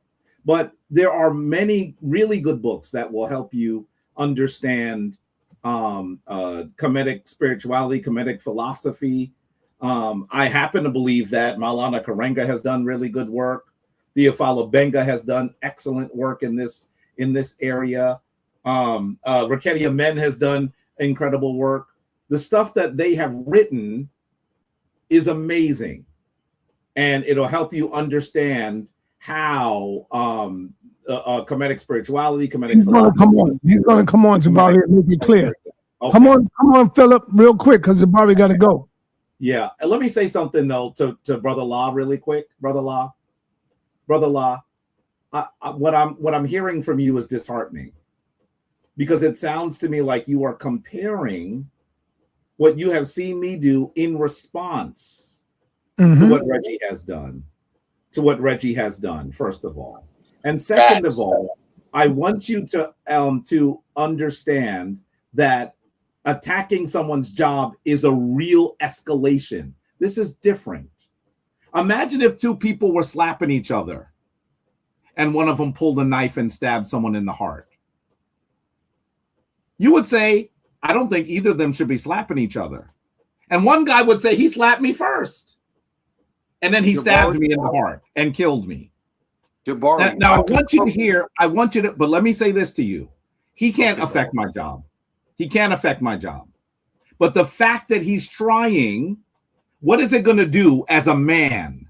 I'm going to respond. And when Reggie is homeless, you're going to say, look at what Jabari did. I'm telling you, step in. Step in, brother. I'm pleading with you to step in. I'm pleading with you as a man to step in, because it's going to get bad. Listen, I sit here quietly with a bald head and glasses, and y'all don't understand that I'm from the same hood y'all from. If someone tries to affect my family, as a man, I have a right to respond. I'm going to just say respond. That's right. And he has said publicly on this platform that he is trying to affect my family. That's what I'm trying to say to you. It does not require a response from you on that point. No, I have no problem with responding. What I'm saying to you is this: the way I would handle it for myself, I concur with everything that you were saying. Me personally, I would not go to the extent where it is right now. It would never have went to that extent.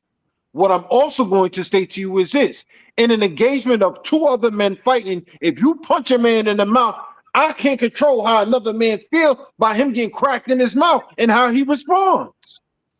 But ain't nobody getting cracked in the mouth, brother. Okay. See? That's right there, brother Law. Nah, that's not gonna make it. Hold on. That's not gonna make it. If this a mutual way of saying it, son, and I know it's not a me to crack the way, but I don't have control over another man's emotions and his feelings. I didn't say you did. Big or small. But brother Law, are you gonna sit back and allow your brother to get sued? If he keeps slandering people, he could get sued. You know, Tariq Nasheed did it. Billy Carson did it. They sued a few people, bro, online. Think about that, man. We know Brother Reggie's listening. We know it. He's gonna come back and want to do his video. You know, we know he's listening. And there's nothing wrong with discussing the topic. I'm saying that this is an escalation. That's all I'm saying. I'm not asking you to say anything else. I want you to think about it. Because I want to wait. I want to say this to everyone listening. This is the inflection point. Y'all know what an inflection point is? You know what listen, if you're a Marvel fan, this is the canon event. Right. This is the event that everything else hinges on. This is the event, and I'm pleading with you to intervene. You have to say nothing, because I'm going to tell you he thinks he has lots of control. He's going to find out something very different. And when it happens, it's going to be so visible in public that y'all are going to come back and say, I can't believe that happened. And I'm going to say, you did not intervene. That is what I'm going to say. Right. Because it's about to get very, very bad. Wow. That's all I'm saying. And I'm gonna look at you, La, and say, man, damn, La, you could have prevented this, brother. Well, I'm not going to say that directly to Brother No, Law. I'm gonna say it. I'm gonna say it. sa.neter don't be like that. No, I'm gonna say it. And this is the narrative that sa.neter is trying to draw. He's trying to draw. But I'm I get it. It's for likes and giggles to move the algorithm. I get it. It's realism. I'm gonna say, brother, I'm gonna call you on the phone. I'm not gonna say it live. I'm gonna call you on the phone and say, Brother La, you had the opportunity to prevent this. You could have stopped it, but your ego got in it. And you know why you should have stopped it? Because you are a Muslim. You are a Muslim. Hold on, brother. Hold on. You are a Muslim, and I guarantee you, I could go in your Muslim kitab and show you where you supposed to intervene. Now tell me I'm lying. And I will go in there and get it. I spoke to several other brothers that called me. I've spoke to a couple of imams and a couple of sheikhs of mine. And you know what they tell me? What? I'm going to be blatantly honest with you. Brother La, stay out of that completely. They not real imams. They don't know the Quran. None of that foolishness. I'm gonna But show you're not staying out of it completely. You're not staying out of it. Hey, real quick, let me let my brother Philip go. Because he gotta go too. Shout out to my brother Philip. Me into it. I'm not standing. Y'all pulling me into this. Hey, hold up, brother La. Let me let Philip go. He want to go right quick. Go ahead, brother Philip.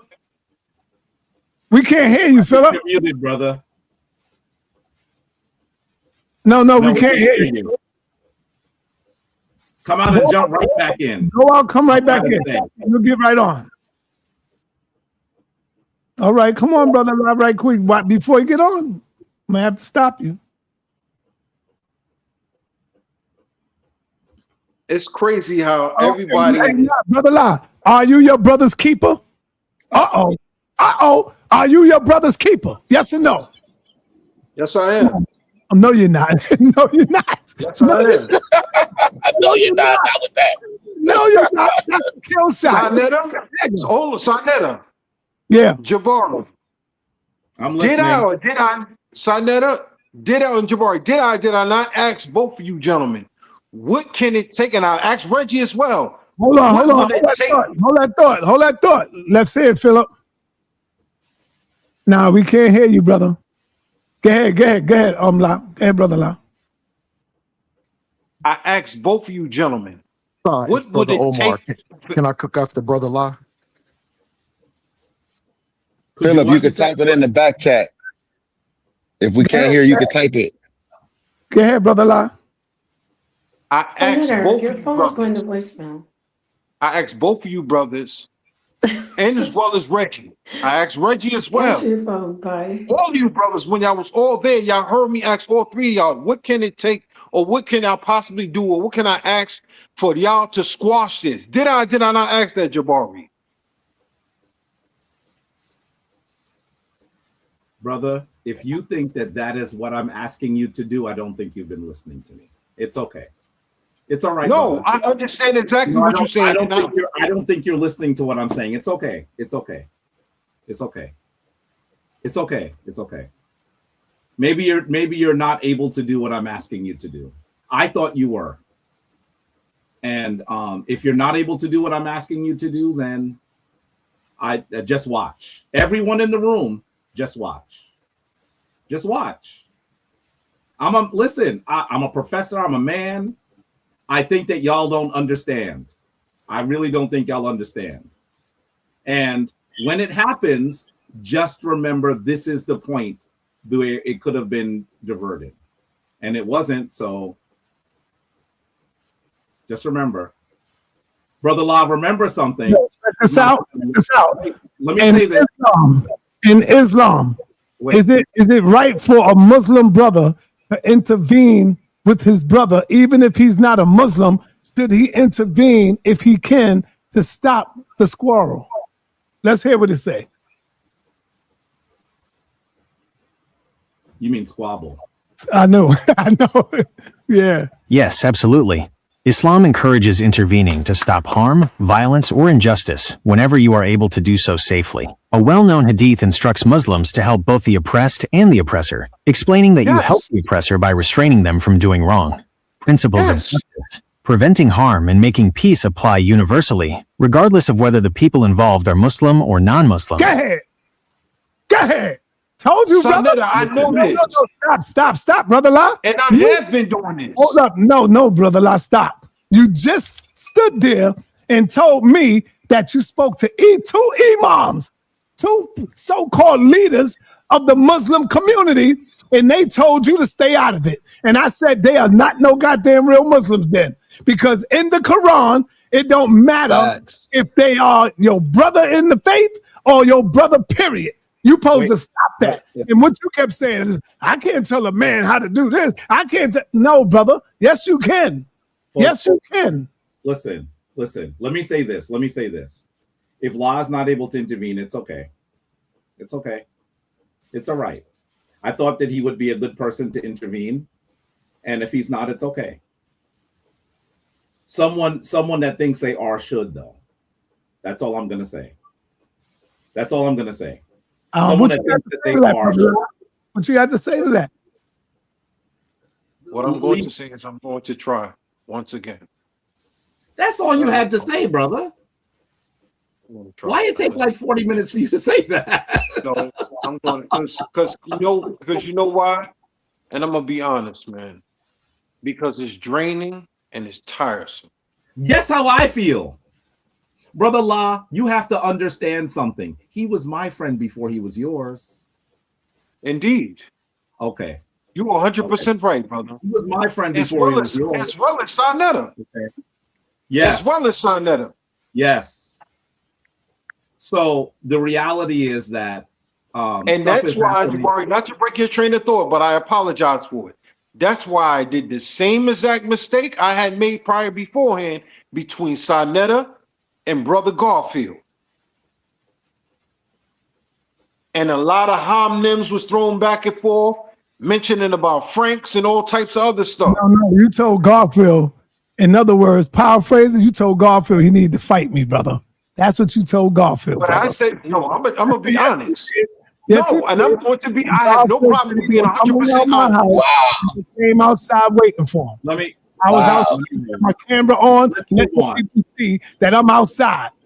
Let's move on. He said, I'm coming around your house. And I said, all right, I'll be downstairs. And I came downstairs with my camera on, waiting for him, just to show the people I'm coming. Yeah. Let's move on. Okay. I agree. Okay, let's move on. No, Brother La, did you or did you not say that? Come on, Brother La, you bringing up old wounds. Let's go. No, what I said was this.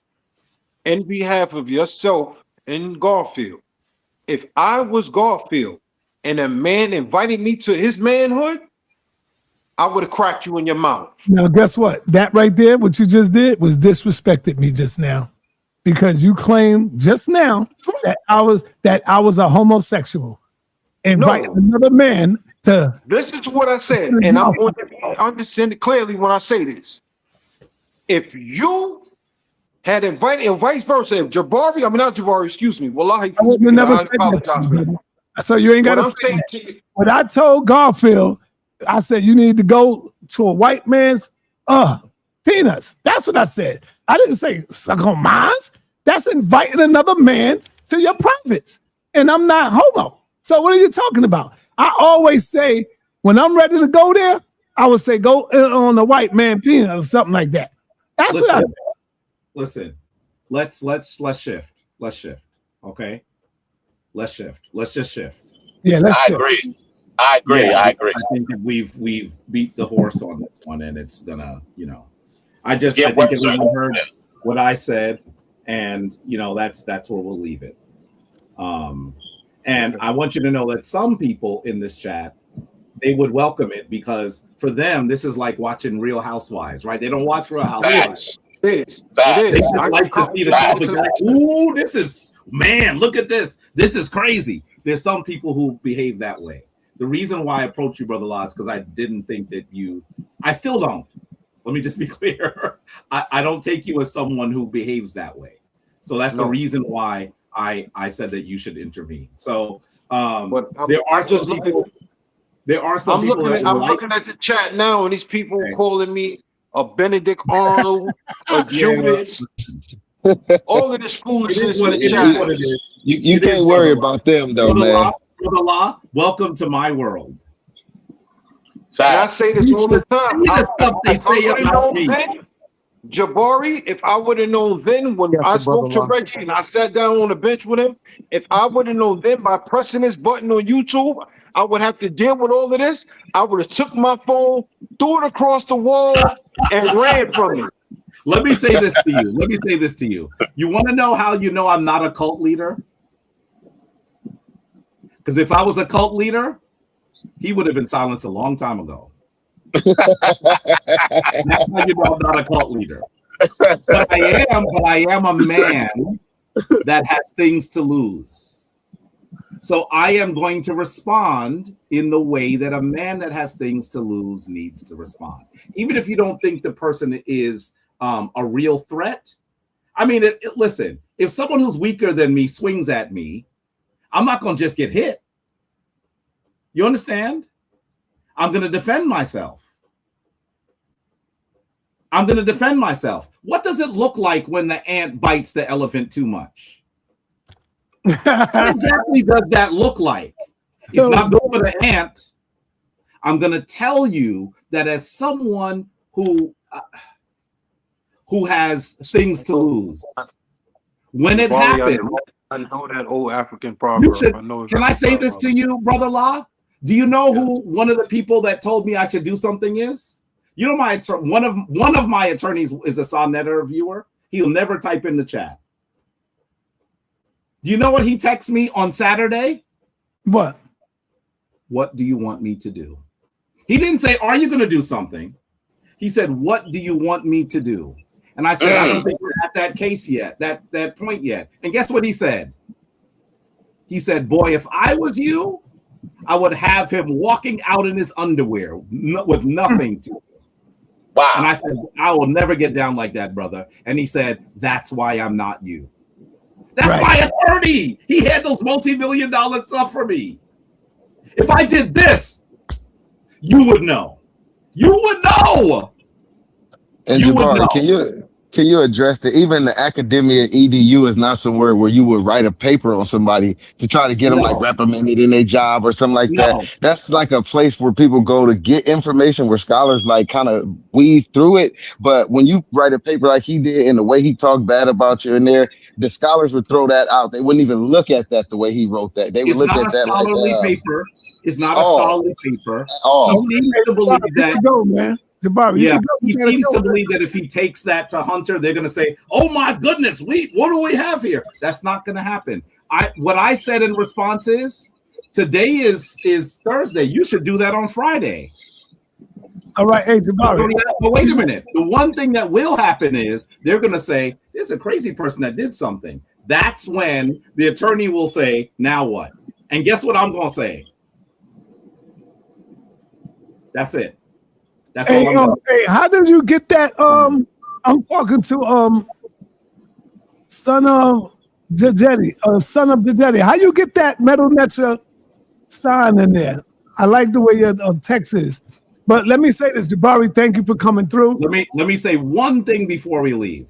Yeah, because I got Brother Philip was asking a question. It's going to take 30 seconds. It's going to take 30 seconds. There are several books that you should read in order to understand the Kemetic culture, philosophy, and spirituality. The first thing you should do is get a compendium of text, right? This is not written by modern people. It's a group of texts written by ancient people. I have many of them, right? So you can read a large number of texts. The second thing you should do is get scholarly works that talk about those texts. Malena Karenga has written at least 2 really good books on it. He's written Hosea, which is a little small book, but really, really good. He's written Ma'at, which is like a 700-page tome. It's amazing.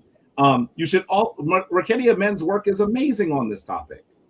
You should go and get Rekedia Men's books and look for Theophilo Benga's African philosophy. Get that book. When you start with those, then come back to me and we'll talk a little bit more about what's next. That's all right. And with that, thank you, Brother Jabari. All right, family. I'll talk to you. It's Omar. Peace, family. Nah. Hold up, Omar. Can I please get 1 minute with Jabari? Omar, you don't donate. You don't donate nothing, man. You got to wait, man. It's going to be 1 minute. You don't I'll never tell you something, brother Tom. Brother, I got you. No, I shouldn't have to always ask you, brother. But hold on. All right, thank you, brother Jabari. You get up out of here, man. Peace, brother. Peace, family.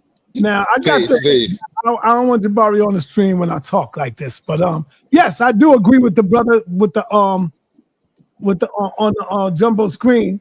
So you can come off disrespectful sometimes. Respectfully saying, I agree with you. That's something I got to work on. I do agree with that. But I want to say this to you, brother La. You did the same thing to me just now that you doing to Jabari. You are trying to blame Jabari and Reggie for Jabari responding. Let me tell you what I mean.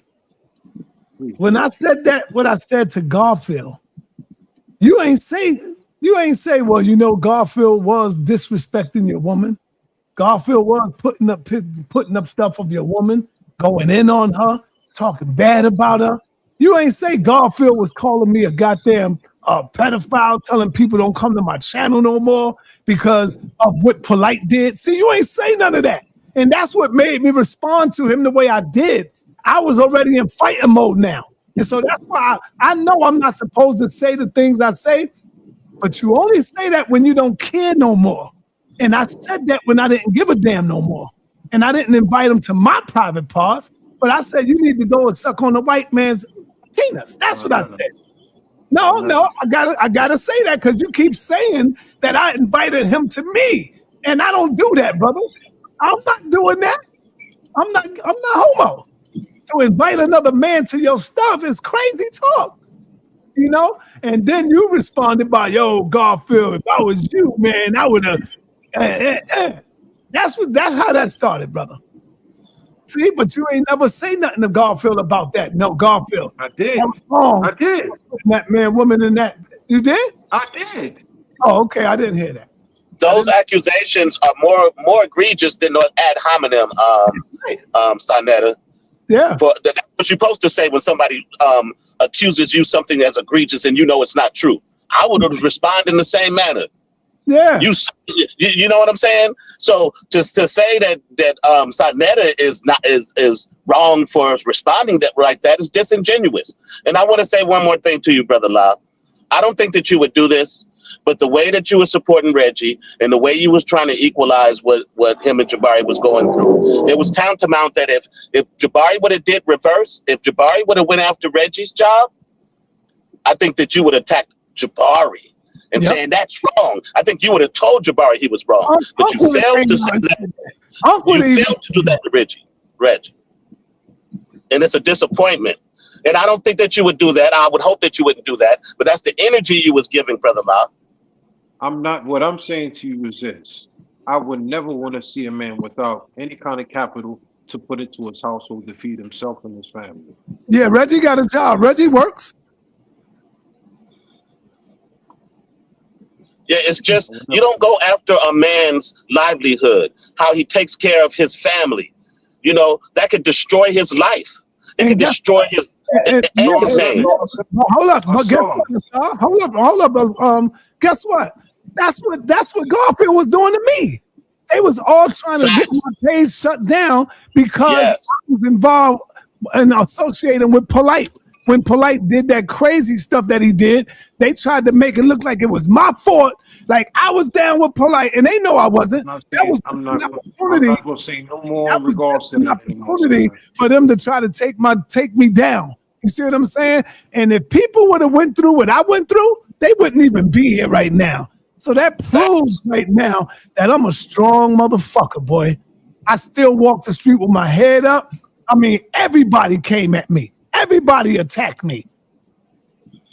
Not you, La. You ain't attacked me, but you was going in on the other team side. You know, you damn sure was on the other team side. And I'm still here. Where they at? Where they at now?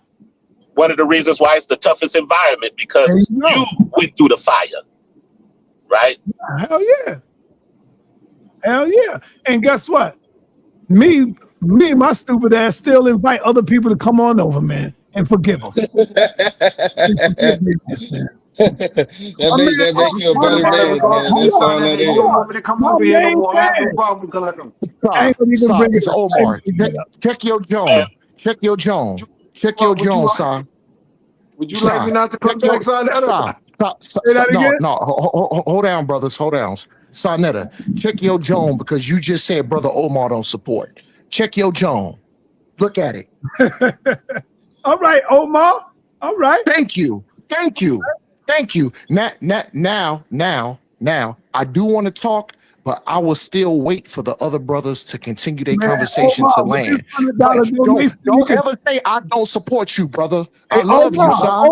Omar, with this $20 donation, you can talk forever, brother. Go ahead. Omar, what you just don't understand. I'll wait. What sa.neter just did was he moved this rook. Yo, chill, brother. Lie. See you, brother. Lie. You see how you be. Hold on. See, Lie, you being an op right now. You being an op, brother. Lie. Y'all got to understand. No. This is what you got to understand. Now, Brother Omar is going to speak from the heart. So the thing is, does Brother Omar disagree? Even though I got the Muslim name, do I disagree with the Muslim sentiment? But as long as I've been on this stage and on sa.neter's panel and on his page, Brother La has always been your family, respecting you and your. Brother La has always been respectful. Brother La has always showed love to his brother sa.neter. I've never seen Brother La been super disrespectful. I've never seen La try to come at somebody to tear him down. Now, does Brother La disagree with some of the sentiments of Christians? Yes. Does he disagree with some of the sentiments as brothers like me being an Israelite? Yes. But I've never seen Brother La disrespect or slander his brother Sa. For the most part, I've always seen Brother La being super respectful. And like I said, I do have to admit that. Brother La is a brother. Listen, Brother La is a brother that I can listen, that I can go to bat for, And I just wanted to say that. I'll mute back out because I do want to address what Jabari said, but I'll wait for the spin around. I want to say something to him, sa.neter. Let me say something. No. No, it's good. It's a good thing. Say what? Omar. What'd you say, Brother La? Brother La, what'd you say? I can't hear you. He said to ask if you disrespect. Go ahead, Brother La. What I said was, now switch that, Omar, to ask Sa. Has he ever disrespected Brother La?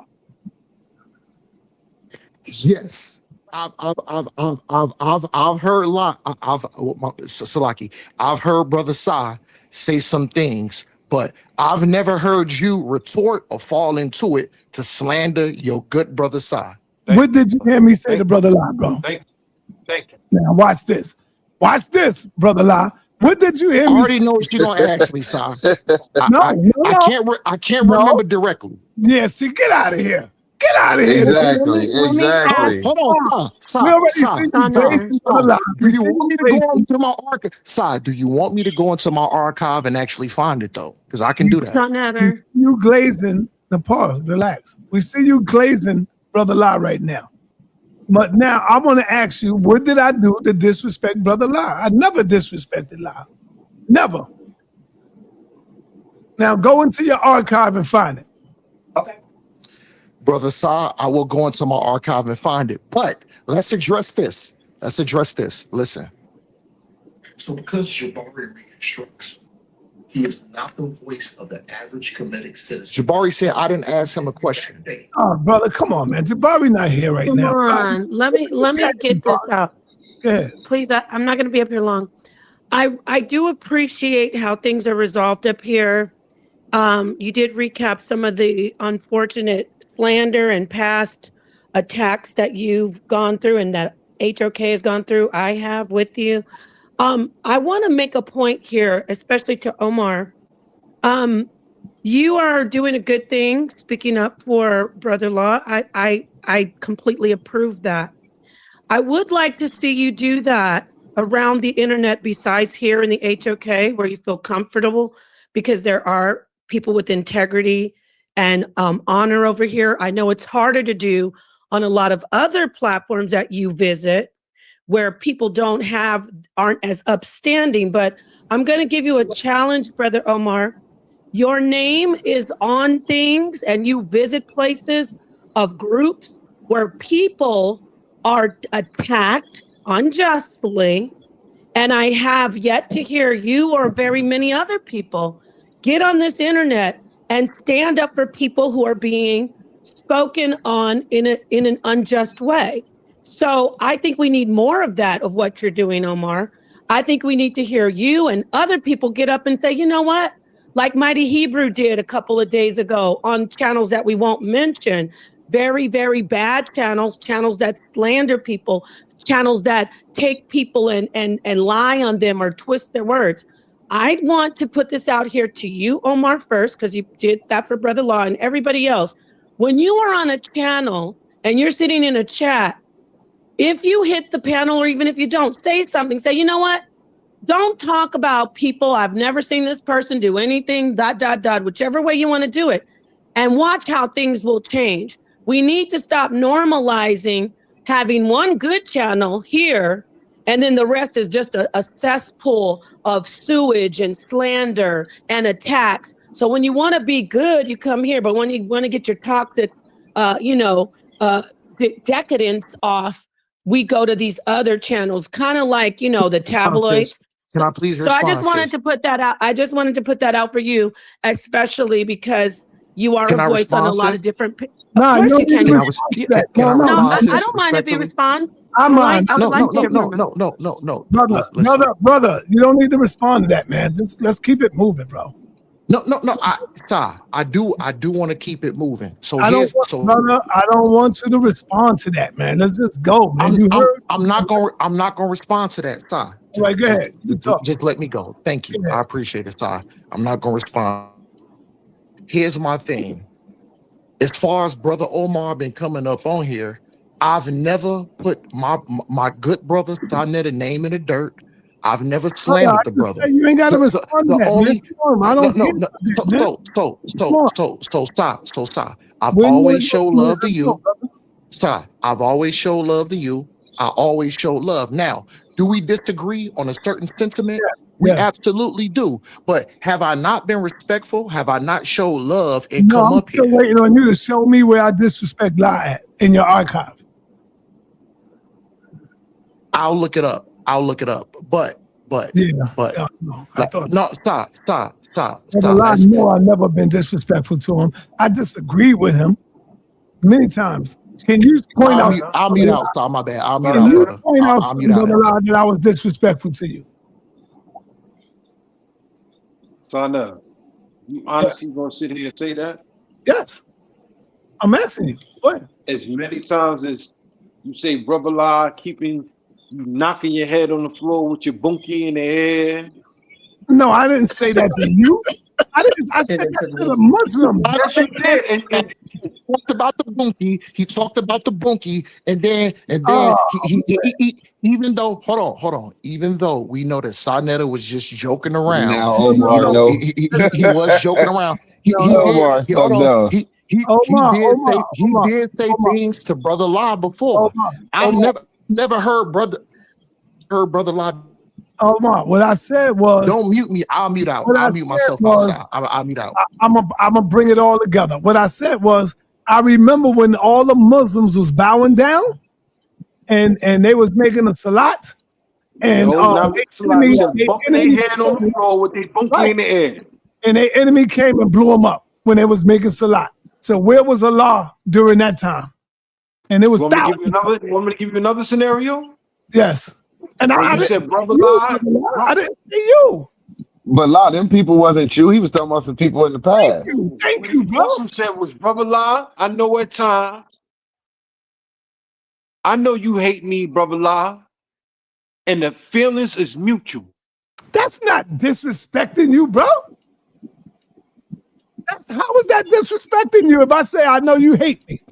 Because at that time, Brother La, I did thought, You hated me because you was always going in on me, brother. I did because think there's a lot of things that I don't agree with. right, but I did think that with the Garfield scenario, with all this other stuff and the way you come off, I was like, you hate me. I told you my stance on that, and I don't want to touch on that anymore. And I vowed that I wouldn't even involve myself with nothing. Listen, Si, real quick. I'll be quick. The thing is, what you're trying to do, you're trying to dictate what Brother Law considers disrespect. You can't set the precedent for what Law considers disrespect and what he doesn't consider. So the thing is, if Brother Law is telling you that side, you just gotta respect it, brother. Yo, how much is Brother Law paying you? Back out. How much is Brother Law paying you, bro? How much is Brother Law paying you, bro? Oh man. Oh man, that's funny. Crazy, man. Is telling him his intentions was not to disrespect him. Now, Brother Law takes him as disrespect. That's different. But sa.neter's intentions was not to disrespect Brother Law. That's what you're missing, Brother Omar. Brother Law is that stuff there, that sexual thing. I would never do that. I was telling you about the Muslims. They could pray all they want, but I see when they was praying, I could go look and get the video. And they enemy came right by and like, oh. My skin is thick, man. I'm not worried about none of that, man. Yeah. I ain't worried about that. See, and if you want me to apologize, I apologize. Matter of fact, if you feel offended, brother, I apologize to you for that. That's what I'll do. See, I'm a man. I apologize if you feel offended by that. And I want to also say, you see how easy that was? 7 to 7. Hold on, Omar. Omar. Yo, hold on. I want to also say that I have no beef with Garfield, even though I brought that up again. I have no beef with the brother Garfield. We moved on. I was just bringing up some old stuff to clear up some things. I have no beef with Garfield at all. We moved on. So I want to also say that. Yeah, that's peace. That's peace. Okay, so go ahead, Omar. You can go in. Go ahead. I got you. So here's the thing here. 7 aside, always got to bring my name. He like, I love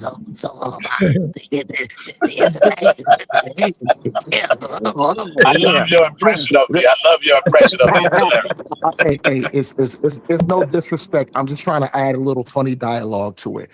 But I think sometimes you kind of misspeak on me, and you overly judge me. And the thing, and hold on. And the thing is, I don't know if you consider me to be a solid brother. The thing is, I'm a genuine brother. Now, hold on. Do I not have the right to disagree with certain sentiments? Absolutely. Do I not have the right to speak upon it? Absolutely. But at the end of the day, do I not support Brother Sai? Hold on. Am I not a good brother? Even though I can disagree with this brother, have I ever slandered this man? Have I ever spoke about ill will? Hey, hold on. Have I ever been recorded on record saying anything slanderous to this brother? The only thing I ever did to Sai is lift the brother up, and then once I do hear garbage on certain points that I've heard people say, I stand up for the brother Sai. You know what I'm saying? I've did nothing but demonstrate my love for my brother, which I'm supposed to do because I keep the law. Thank you, brother. You're a good brother. Okay, Omar, we thank you. I keep it. sa.neter's a good brother, and I respect. Hold on, I'm landing. I respect the channel and I respect Sai. I will never slander that brother, and I show nothing but love and keeps the law. I'll mute out. Thank you. You do, brother. And I wasn't saying you don't do that. I was just saying I would like to see you do it more. And that wasn't just about you. You've been a good brother. I don't appreciate some of the stuff you try to get in here and argue about. I'm not on, that doesn't matter. But you are a decent guy. You're not a bad person. You do talk about yourself in the third person sometimes, like Muhammad Ali. Yeah, that'd be funny. And let me respond to him real quick, Queen, because I do think that Omar is a good brother, and I don't never attack Omar on who he is as a person because I respect everybody that's on this platform. But all I do is just talk about the scholarship, Brother Omar. You tend to talk on here, and you're the least person that I've seen even cite a resource, let alone show one. So it's just about, this is the toughest environment. Your information is going to be challenged, and your argument. So that's all it's about. I'll let my plane Brother there. Locke, Can I make it? Since I just got on, can I make a statement real quick? Hold on, let me ask Locke real quick. Let me ask Locke real quick. I'll mute back out. I respect your opinion. Brother, You don't go brother nowhere, Locke. Mark. When he finished, I want to talk to you. I'm not leaving. I'm not leaving. I'm still here. I'm Bro- gonna mute out though. Brother Locke, now after you seen what Jabari just brung us, do you still agree that Reggie won the debate after you just seen all of this, and we know all of this stuff is verified that he just showed us? Do you still believe he won that debate? Great What I'm gonna question. say, Great the question. reason why I cut the camera on is this, brother, and that's something I want you to understand me when I say this to you. Let me get face to Right face now, with you. Come on. right now, to be honest with you, from everything that has been seen and been shown on both ends, there's a bigger objective than a win or not win between these two brothers. And since y'all gonna put me in a sense of being like the new conscious community consigliere, I got a bigger fish to fry now. I like that word, conciliare. Yeah, so Was that French Bonabelli or was it Italiano? I like that word. I've always liked that word. Brother Locke, I thought It you was is gonna a give me a smooth good word. answer, man. There was a good response, like he said. It was kind of like the MAGA response. That was a good He didn't spin. answer. You kind of question. you kind of did what I would call the Olivia Pope. You spent it I'm very not well. crazy. But can you answer the question? Did he or did he not win the debate to you? I understand you might have a bigger purpose and you might whatever with that, right? But do you feel like you won or lost still? That's all I want to know. Don't Olivia Pope me. Just tell me. Yeah, no. no, what I'm gonna say is I played the fifth. All right, I thought you would. I love it. I love it. That's So enough I for thought me. you would. I thought Hey, you let me would, ask brother. I'm gonna Omar a leave you question alone. now. I'm gonna leave Omar. you. Hold on. I'm gonna leave you alone now, brother. La peace, my boy. Hey, Omar. Where you at, Omar? I'm here. Go ahead and ask the question. I'm here. Go ahead. I didn't know. No, you sound like La. I'm looking for Omar. Nigga, this is Omar. Go ahead. Oh, okay. I love Omar because he talk S and we talk S, but he like, I love my brother Kufu. I knew he was a good brother then because despite whatever we going through, he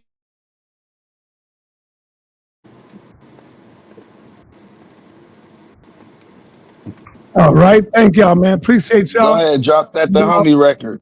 Appreciate y'all. No, I'm gonna drop my new single. You hear it? Did you hear it? Yeah, I heard it earlier. I like that. The Shalom and R&B joint respect to was my brother smooth. It was Rakufu smooth. You know too. what? Shalom and respect to my brother Rakufu too. Yeah, you know what?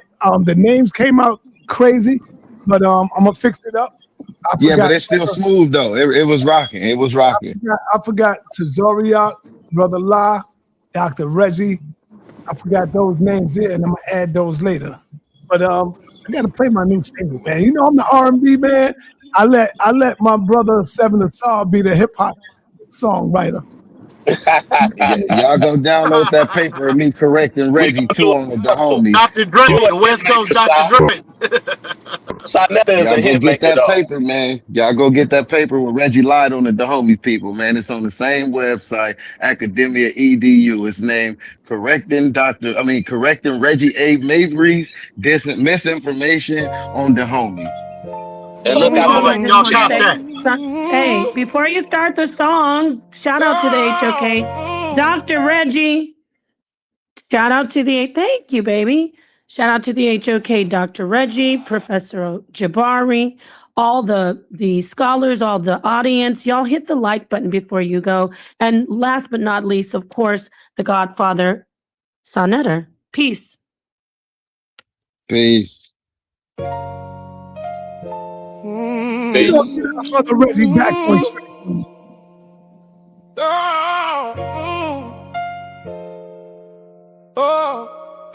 He's no doctor though, but peace.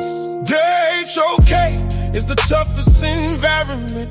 Before you come in, you gotta know who you're Brother messing Reggie with. is an honorary doctor who gets respect it's the from his... toughest environment. You think you're No, he not. You think you're nice, it takes a...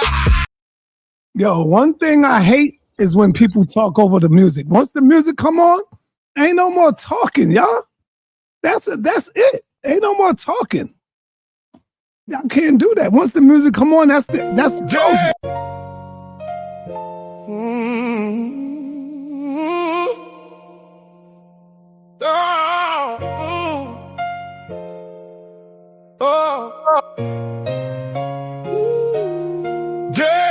Okay, it's the toughest environment. Before you come in, you gotta know who you're messing with. okay, it's the toughest environment. You think you're ready, you think you're nice, it takes a high requirements. You gotta pay the price if you wanna survive this life. Put your heart on the line, no room for second guessing. Step into the ring and learn yourself a lesson. The pressure is heavy, it's sink or swim. Light hits the stage, but your shadow is dim. You came for the crown, but you're facing a king. No turning back when you step in the ring. Blood, sweat, and tears, yeah, we built from the grit. You talk about winning, now you're ready to quit. So check your ambition before you walk off. The HOK doesn't care about what you can do. The HOK is the toughest environment. Before you come in, you gotta know who you're messing with. Prof. Jabari, Osaze, stepping on the stage, ain't the killer, turning up the page. I'm ready for the phase. 7 is off, and Rakufu bring the light. Queen now, power ruling through with might. Morpheus walking with LDI, rock grace. Sun tang shining bright across the space. With wisdom in the words where the truth is embraced. Every heavy line spoken can never be erased. From the name on the stage to the legacy trace. Walking in our power at an undeniable pace. Wisdom into the words where the real minds meet. Dropping jewels on the mic, legacy complete. Kim Netter in the building, wisdom always shared. Brother Ace on the line, speaking truth for all to see. Vibrating on a higher plane, locking God energy. Honor to the roots, cause we standing big and tall. And the Godfather sa.neter is the originator of it all.